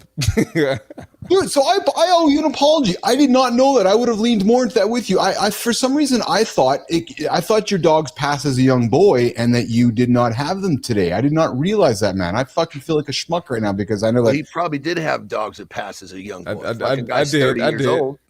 Okay, he's not 19. Fuck off. I know, but Marty, listen to this. Yesterday, we're talking to this fucking guest who's this fucking baller from Germany, right? Yeah. Like crushing the world. And he says, so how do you guys get around over there? You guys got cars or you ride bikes? I'm No, like, no, he didn't say. No, he didn't. I say swear to that. God, I'm like, Keith, No, this he didn't fucking say guy that. doesn't live in a village. Of course they have fucking cars. So He lives in Germany, for God's sake. Johnny, we had coffee after. I asked him how his morning was. He goes, "Oh, I just came back from the carriage. The horse." He goes, "We were getting the horses taken care of." Jesus Christ! You ride bikes? What do you do? Like, But no, Marty, I just for some reason I thought, because I know we talked to John about his dogs all the time. For some reason I thought that you had some, they passed, and you didn't have any more. So I look up. Look! I just uploaded a video. Check it out. I'm dying to see. I want to see what these. I don't know what those dogs look like. Oh, fuck, those are big boys. Those are big fuckers. How much those things weigh, Mark? About 120 and 130. Yeah, so those are big fucking dogs. Marty has dogs. Those are big fucking dogs, man. Yeah, they're big dogs, man. They're great dogs, but they're a little wild, man. So so walking them is crazy. I brought this up before I let you guys go because it's one of those. It's incredible. There's a reason it's a man's best friend, right? Dogs help lower stress for all human beings, right? And I just, I love. We don't know creatures that are that loyal. Yes. Yep. You know what I mean? It's like a fucking dog. All he wants to do is be with you and please you. Your dog might be the best therapist that you've never ever hired. And when we got home, right? Yeah. The big boy. Yes. It was crazy, dude. He fucking followed me everywhere. I bet. I went into the bedroom. He just kind of stuck by my side. Like I bet. And the next day, yeah, I go for my nap, and he fucking got in his bed, in the bedroom. I mean, he was like by my side, which was kind of interesting because he's totally a mama's boy. Yeah. I love that they fill the color in our moments. Like when I'm done the show, Lola is either outside of the door or at the top of the stairs, right? And it's just those moments that it's I call it color. I love it. So guys, just don't walk the dog. Let the dog walk you back to yourself. Marty, what to go on this weekend, brother? We got some content coming up. We got the podcast. Yes. And kicking ass, man. That's what I'm talking about, baby. Love it. When you came real quick, Mark, I don't know if you recognize this, but you came on and you said, "I'm amazing." You know what the next thing happened was? You fucking had this big old smile. Yes. That's the kind of shit you're going to attract that stuff. Yeah. When you say, "Oh, same old shit," you're going to attract that too. I love Marty's smile. I love Marty's smile. Marty, Marty does a smile. Thanks, Keith. It's true story though, man. Your fucking smile lights up a room big time. But there's no question, no ambiguity there, man. Have you ever noticed dog people are different than cat people? True motherfucking story. Yes, I'm not a cat person. Me neither. I never understood this fucking this like pick a side. Are you a dog or a cat person? It's true though. You gotta pick a side, John. It's like fucking politics. So but they're just different. Like I don't mind them, but I love my dogs. Love my dogs. I'm with you, but I mean, it's like the people that fucking make a stink over. Oh yeah, a dog is an insecure animal because you can't be left alone. What the fuck is wrong with you, man? Jesus Christ. Go your cat and shut the fuck up. Here, get this one from Neiman. If you want to know who loves you more, Marty, your wife or your dog, lock each one in the car trunk for a day and see who's happiest to see you when you open it. Oh, man. That's some South African humor there from our very own Melissa Neiman. Johnny, what do you got going on this weekend, brother? Are the in-laws gone? No, they're still here. Oh, okay. What are you doing today? So I got a training day. Yeah. We've got it's Friday. Today's Friday, isn't it? Yeah. Yes, it is. Yeah. So because we're leaving on Sunday. Okay. So basically today, just doing my thing, having fun, kicking ass, spending time with not sure when they're departing. Mm-hmm. Yeah, I mean, life is fucking good, man. I'm just all working on my shit. Had some fun meetings yesterday. Yes. A lot of development is going on, which has been really cool. Oh, don't even get me started, man. I've got massive squirrel syndrome because I've been a developer. I've been sharing with you guys what I'm working on, and it's fucking cool, Marty. Woo, baby, it's cool what we're building. Game changer. I love it. I love what you showed me, the whole thing of I guess you'd say like how would I describe this? Because I've decided to take a different position on it. Yeah. I'm not really talking about this anymore because I feel like the more I talk about it, the more it fucking happens. It's like it's fucking manifesting. But we've talked about me taking hits with different socials and shit. That stuff just keeps fucking piling in. But I swear to Christ, every fucking time it hits, I make bigger the lemon, the fucking sweeter the lemonade, baby. It's unbelievable. It just shows me. You kick me in the fucking nuts, put me under some pressure. That's when I'm my best. Yes. Kick me harder, please. 100%. Kick me harder because what is Christ, this? every fucking time it just gets fucking better. Marty? I was gonna say, is this like them kicking you off because of what you're selling, or is that what you're referring to? Yeah, I would just kind of I guess you would say that it's I mean, I'm gonna kick but it's basically just like a fucking boa constrictor. You know what I mean? I got you. Because normally I think what happens is they make something difficult enough for someone and they go away. Yes. Yeah. Hey, question before you guys go. There's a girl from Brawl MMA. He's been here before, dropping questions for us. There's a girl and similar questions. There's a girl in my office. It's like dating advice from Keith, Marty, and John. There's a girl in my office. She's very good. She's pretty good Insta followers. Everyone praising her. We were good friends. Recently, she told me that she got a boyfriend 3 months back and never got a chance to tell me. Well, this is the same one that he came on. I know. It's the same one. We told him to go talk to her. I've started to ignore her and focusing on myself, and now she keeps on asking what happened. Why are you acting weird and all I'm doing right? Bro, that's the same question. We gave you the advice last time. It sounds like it's working. Yeah. Maybe it's just an AI bot coming back to the show and dropping the same questions.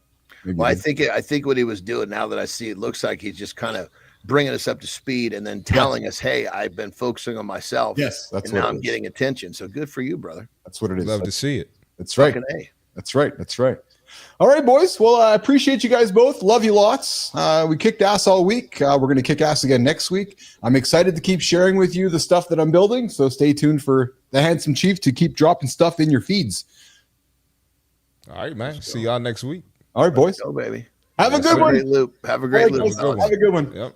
All right, Jimmy, Melissa, let's walk the boys out of the lab. We're going to keep the show rocking and rolling here this morning on Mornings in the Lab with Keith, John, and friends.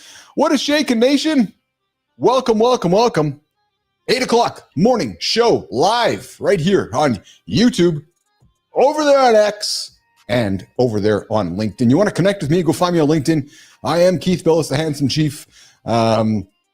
True story. I think we got the Dr. John Petrocelli joining us in a few minutes, which will have a lot of fun. We are going to do a hard stop, guys, at the top of the hour here today, Melissa and Jimmy, because we got some work here to do. So I'm going to make sure we do not go over here today. So knowing that, maybe what we do, Jim, I know Maya Reyes is eager to get into the conversation today. I know she is. I know we have a couple topics we didn't get to today, but I'm okay with that as well. So what I think we're going to do is we're going to get into Maya's conversation. Maya's got some stuff on the table for us in the community. So let's get into Maya in the community. And then when Maya's wrapped up, we'll bring Petro in here. We'll keep the show going. So Maya Reyes, the community corner. What's shaking out there on LinkedIn, YouTube, and Substack? Today, we're talking sleep debt, fake aging experts, and the tiny health shortcuts quietly wrecking your progress. If you're bragging about 4 hours of sleep, your metabolism isn't impressed. It's quietly waving a big red warning flag. And those 29-year-old longevity gurus selling forever youth, we're asking if expertise is earned or just beautifully marketed. Then we're calling out easy dopamine in your health, the quick hits you'd never tolerate inside your business decisions, ever. Okay, Handsome Chief, the floor is yours. Show us your best rant.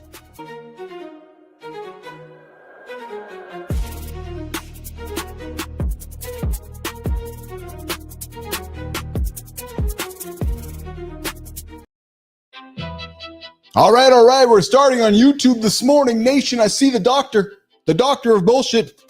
Dr. John Petrocelli is hanging out in the green room. We got him coming up in a few minutes. But before we do that, we're going to spend some time on YouTube, LinkedIn, and Substack. YouTube says this. Dr. Rhonda Patrick says that most people need 7 to 9 hours of sleep nightly.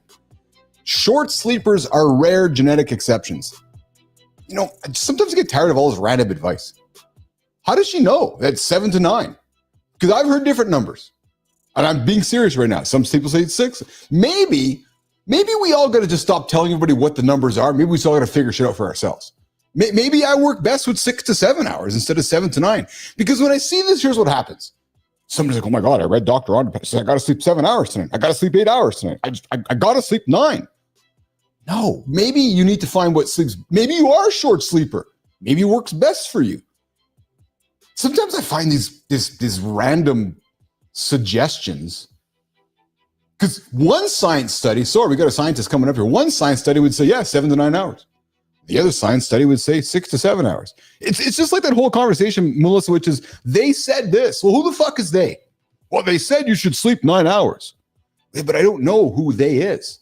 Well, apparently in this conversation, it's actually Dr. Rhonda Patrick, because Rhonda Patrick says we need maybe 97 to 9 hours. I got nothing but respect for you, doctor. Love for you as well.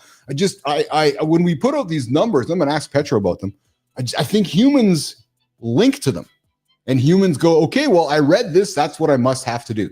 And then if this human is so happy getting 5 hours of sleep all the time and they're functioning, maybe they feel like they're not achieving what they're supposed to be achieving because some doctor said they got to sleep 7 to 9. So I have troubles with these things from time to time. I really do, because we have somebody saying this and somebody's like, yeah, but it's just like the sleep score. Yeah, Keith, you had a good sleep last night. Yes, I know. No shit, Sherlock. I don't need some algorithm to tell me that. I know that chronic sleep deprivation is not good. Maybe there's a way we can teach humans to find things that work best for them instead of what we're supposed to tell them. I don't know. Just my 4 cents. I'm eager to hear Petro's comments when we get into it in a few moments. Substack, aging expertise is marketed, not earned. Oh, this is an interesting one. Yeah, because I am looking forward to taking advice from a 30-something-year-old person about living longer. I'm just saying, I love my Martys of the world. Paul Van Zelbauer calls out the booming longevity industry. Oh yeah, fuck. I think this is the biggest scam on the planet. I think unless you're 80 years old, you can't say shit. You can't say fucking shit about longevity. You can't. What the fuck are you? You're 50 and you live longer? Good for you. No, you can't actually. You can't. So I'm not even going to get into this one, actually, because this one is, I just believe this to be true. And I'm all over Paul Van Zilbauer, because real insight into aging comes from lived experiences, not credentials. Zielbauer says aging expertise is like apprenticeship. That's a fucking true story. Nobody's a master of aging unless you're Chuck Norris or that my Uncle Ed, who's 96 last week, or that dude we had. Remember Petra? We had the video of him like a couple months ago. He was like, I guess 97 or 98, and he was giving his expertise. I'll listen to those people, but not the 30 or 40-year-olds who are like, do this, do this, do this. I'm going for my cold shower because it's going to make me live longer. Dude, you're 30. I love you, but you're fucking 30. Yeah. Yep. Exactly it. All right. We're going to keep it going here on LinkedIn. You're chasing easy dopamine in your health, and it's killing your progress. Oh my God. Really? Really? Those dopamine hits? Yeah. Matt Blank. Is that like Matt LeBlanc?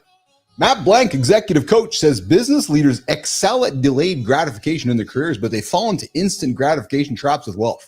With health, I should say. Dopamine is about pursuit, not reward. The satisfaction comes from the process and the investment. Well, we have those common traps, right? Third coffee with sugar, junk food delivery, weekend binges. What we find is, and here's, I don't disagree with this one either.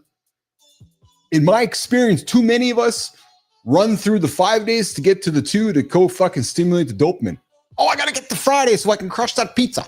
Oh, I got to get to Saturday so I can go have some beers. Oh, I got to go do this. Hey, I got an idea.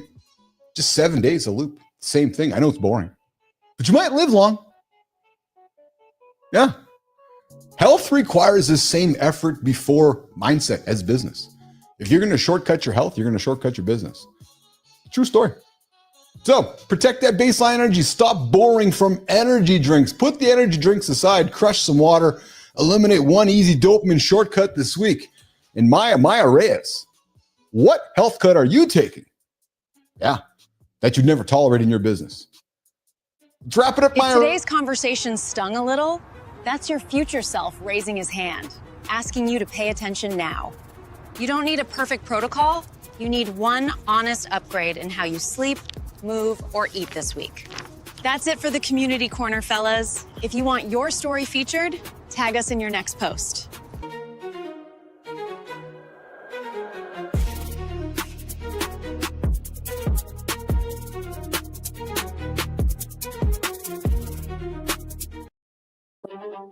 I'm eager to have a chat with Petro.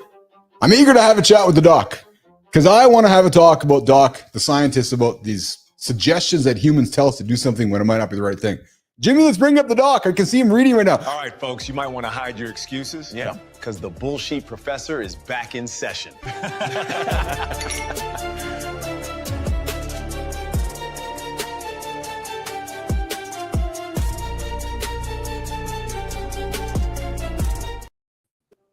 The professor bullshit, reading some Mad magazines. Oh, I love it. What's going on, Petro? What's going on? Are you reading the front of the magazine, the back of the magazine, or the middle? Because we know how much you only read half the shit. Oh, I love this. If different comedians told the same joke about a fly being in the soup. Oh, yeah. Sam Kinison, George Carlin. Yes. Rodney Dangerfield. Oh, dude, you are fucking ripping a Band-Aid off the past, man. You can't find stuff like this anymore. I know. Just like our show. How are you, pal? How are you, brother? Good to see you. What's shaking today? Excellent. So let's talk about the sleep thing. And I'm going to make a suspicion. I'm going to make an assumption here that I suspect that you don't think I'm wrong with some of this, but you're going to correct me on some of it. What I mean is that we have so many experts telling us what to do. Yet, I feel like we need to find out what's worked best for us so that we don't create the fear of, well, I'm not doing what the doctor said I should be doing. And there's a conflict there. Do you know what I'm getting at, John? Like what? So let's talk about the conflict. And it's that we kick the show off where there's men spending $3 billion a year on fake bullshit in the fitness industry. This is kind of the same thing. Get 9 hours of sleep. Get this, get that. No, I'll find what works best for me. How do you reconcile that as a doctor, John? Yeah.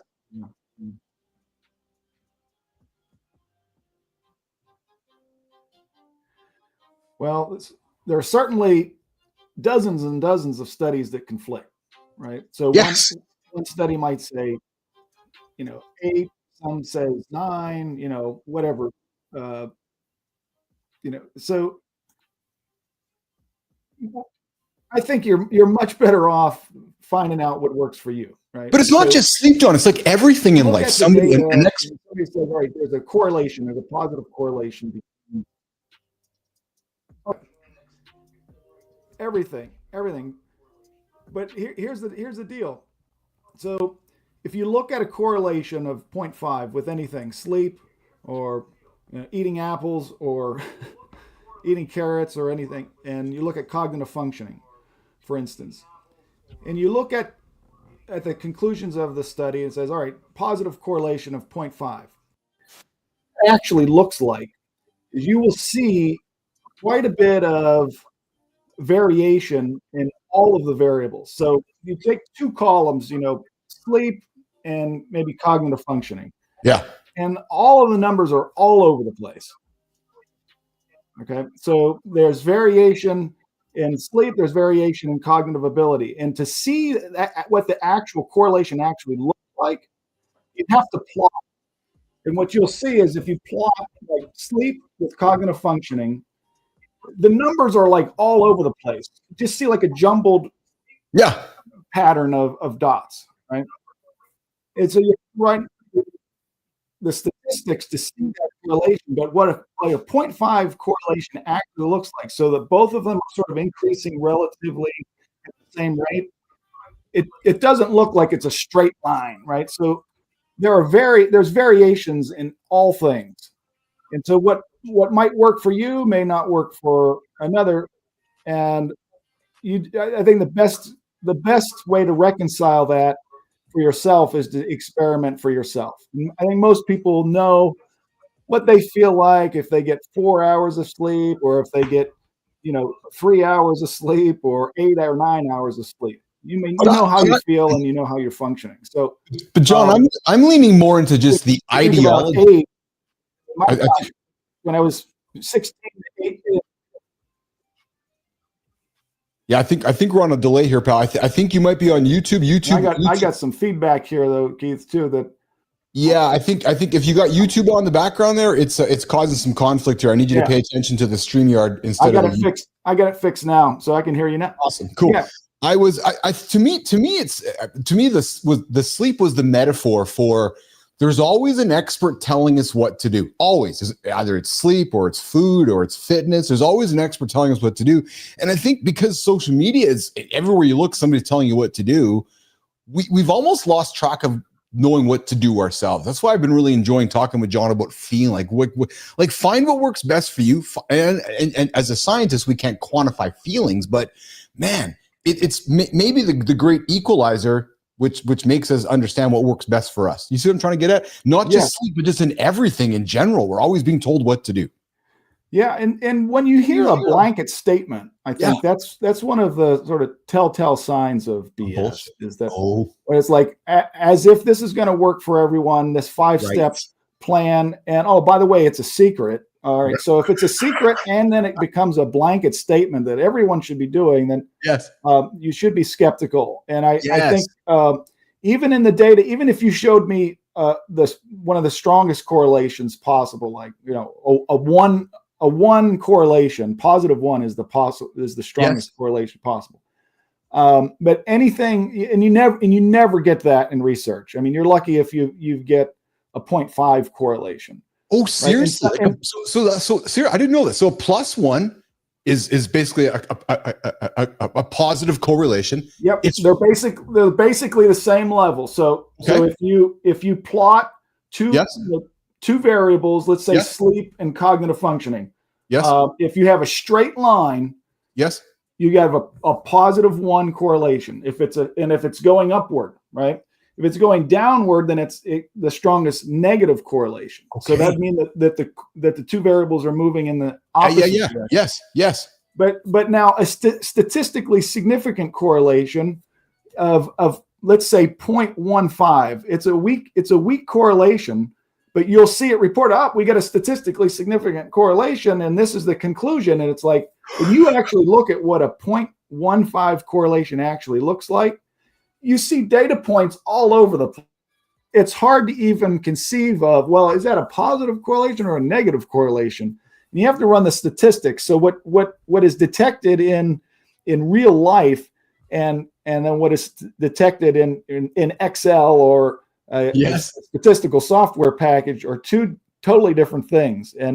And so if you are recognizing a 0.15 correlation, then I want to hire you as a scientist, if you're recognizing that in real life, because they're very difficult to detect. We actually call that, even in statistics, we call it a weak effect.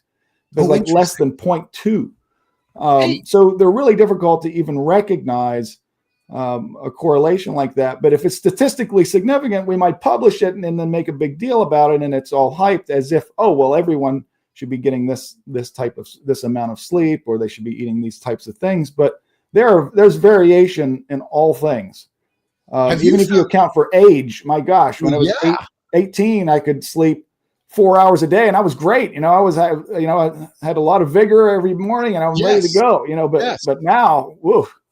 4 hours, I'm going to need a couple of days of at least 8 after that. But here's a fun side question to this. Do you find yourself, as John Petricelli, and maybe even your daughter and your wife, do you find yourself being more skeptical about everything some days because of what you know? And it's like that old adage where, as police officers perhaps go through their careers, they become more cynical because of what they know.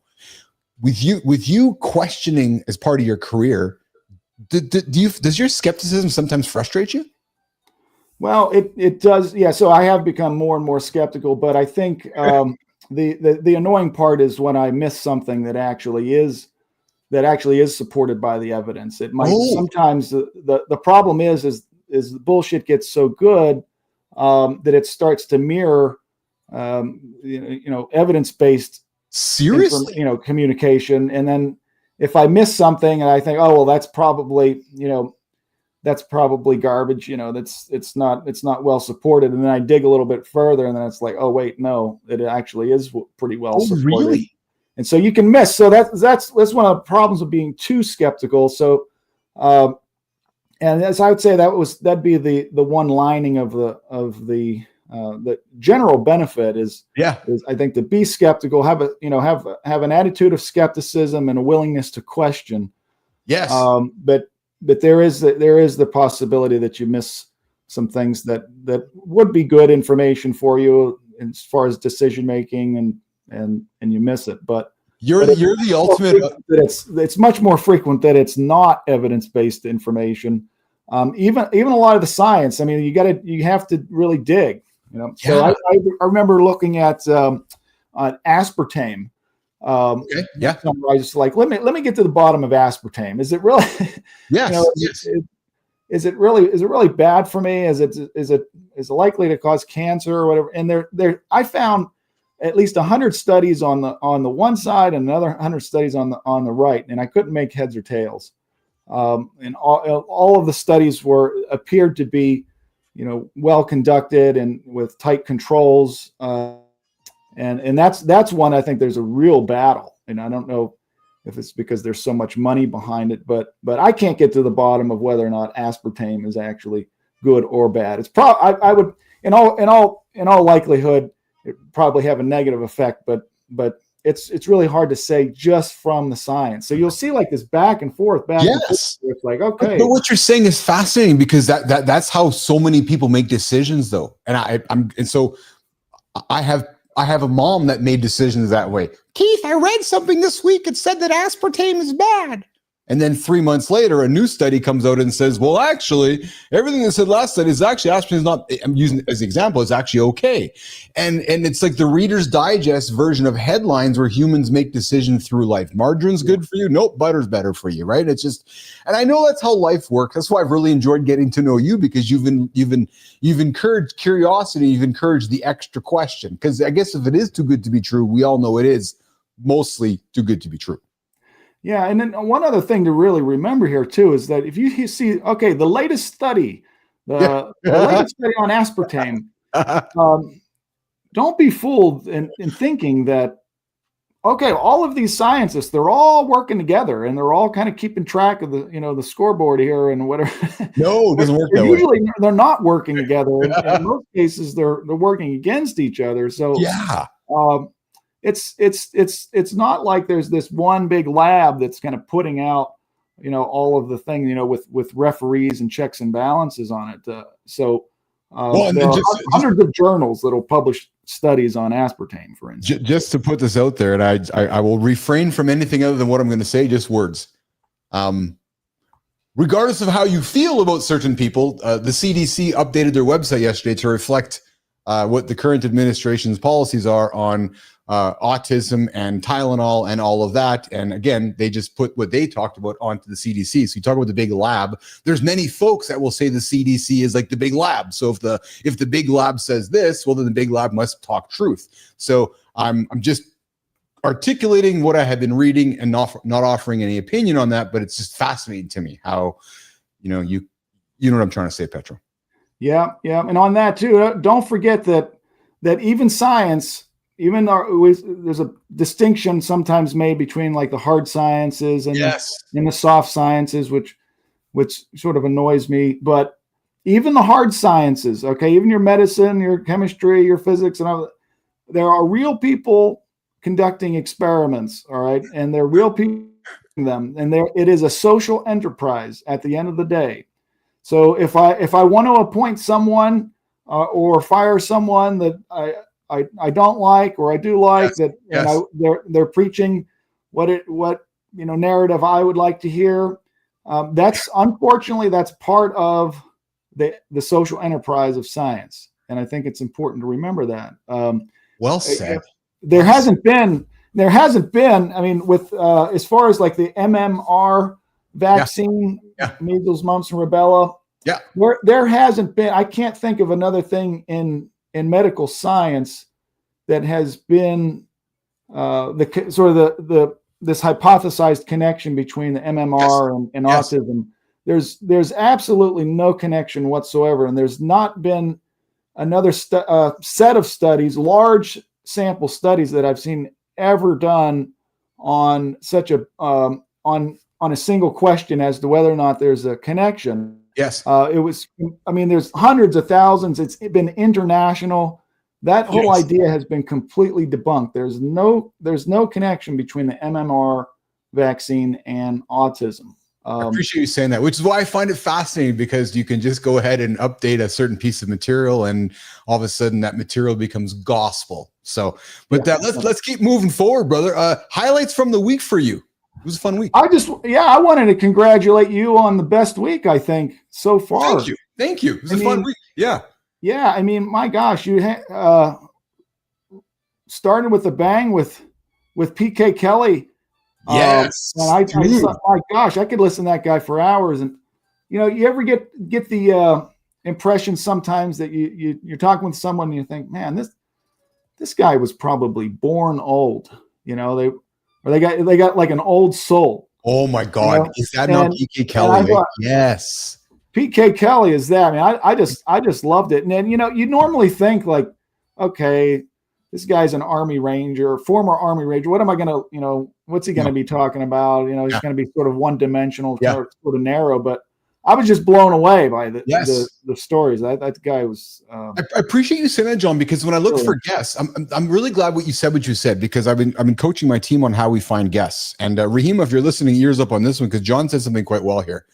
One thing you'll notice about PK Kelly was he was very dimensional. He wasn't just the Army Ranger, right? And we could have had him on to talk about 8 different things about him: Army Ranger, sex trafficking, intelligence, like whatever. So the multidimensional is what makes a character interesting. Just like today's David Hannigan, like he was just an interesting character. I saw his profile, and he's a Norwegian guy, 6'5", open Disneyland. Like there's this multidimensional, John.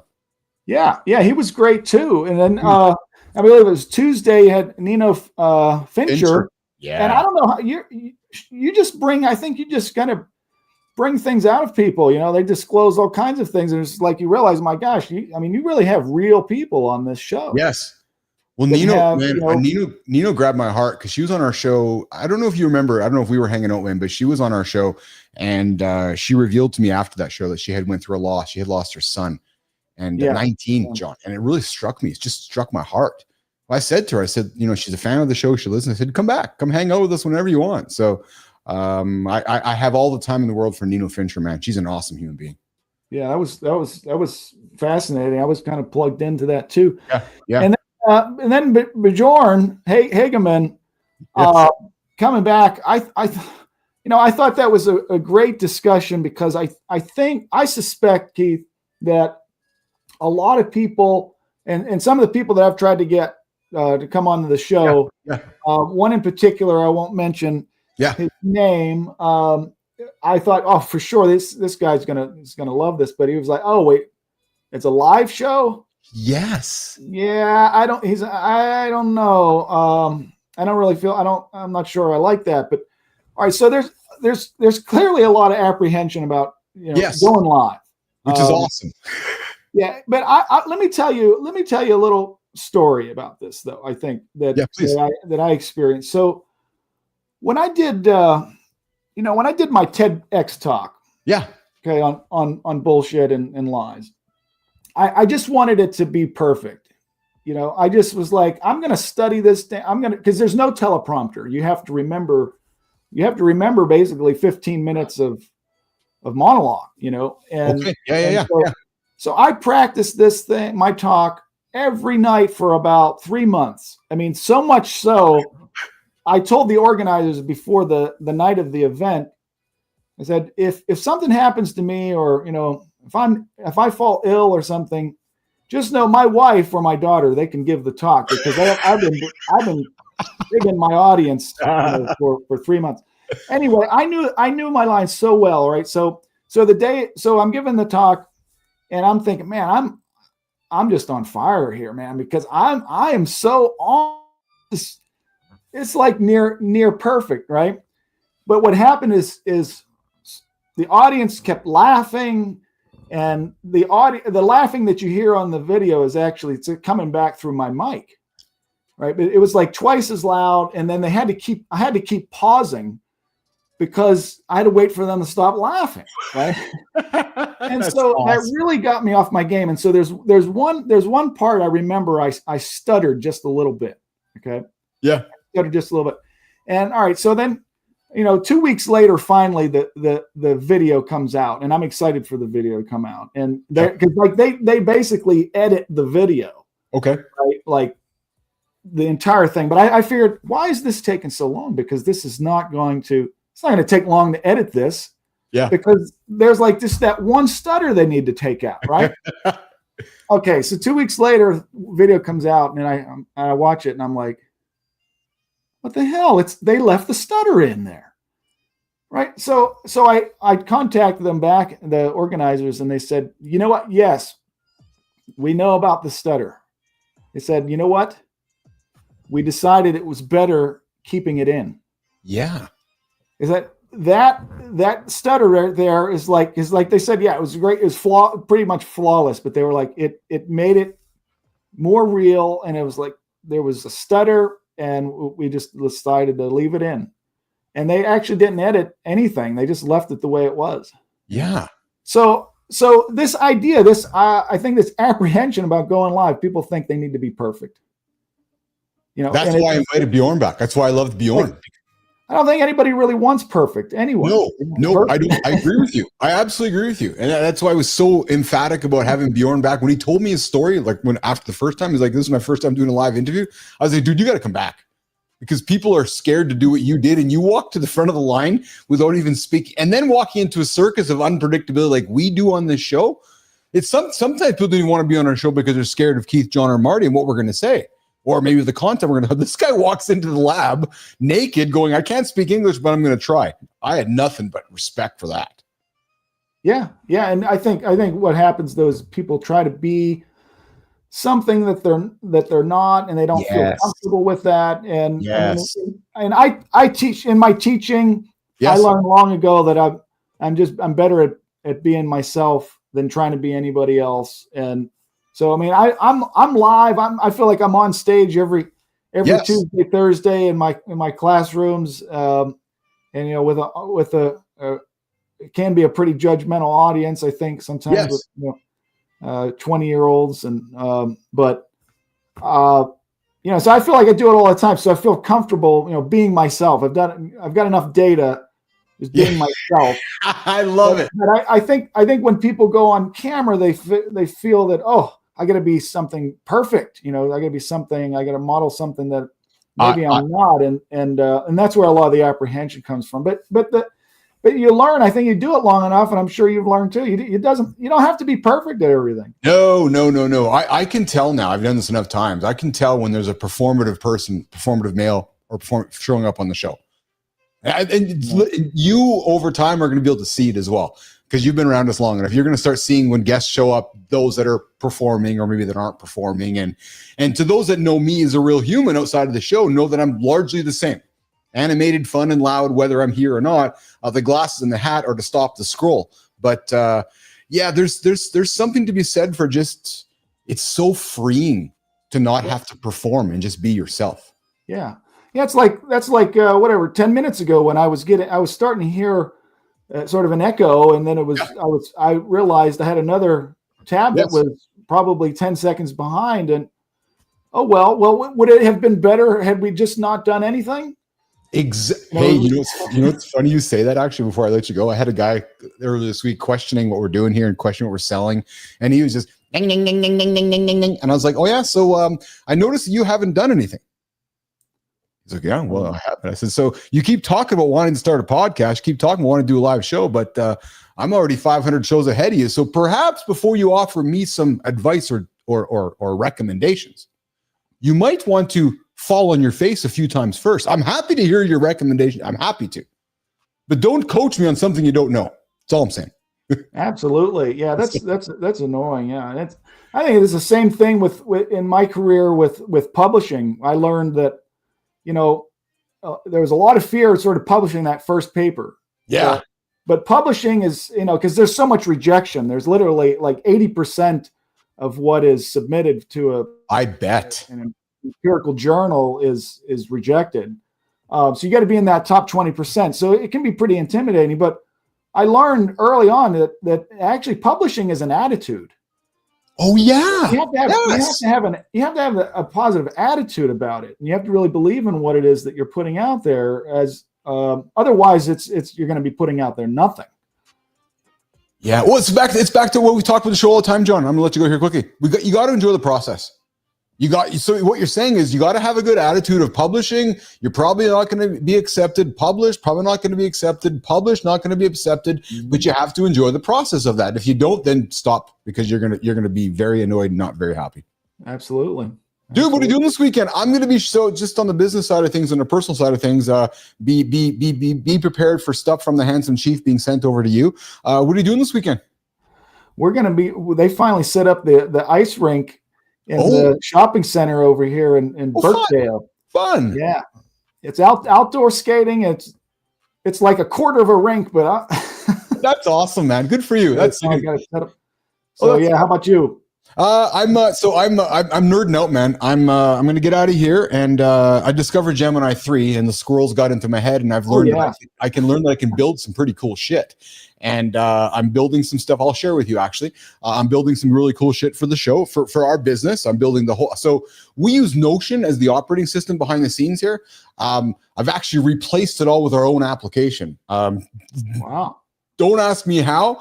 I sat down 2 days ago and I took my words and I started typing, and 48 hours later, I recognized that I'm vibe coding a brand new operating system for the business here. So I'm going to share it with you. Trust me. You'll get it today or tomorrow. That sounds cool. Imagine how it's going to be like, 5 years from now too, how good this stuff is going to be. Ridiculous. And then coming up today, noon Central Time, I'm going to do a little behind the scenes inside the lab in the Conversation Playbook. I'm going to do why every company, and you'll appreciate this.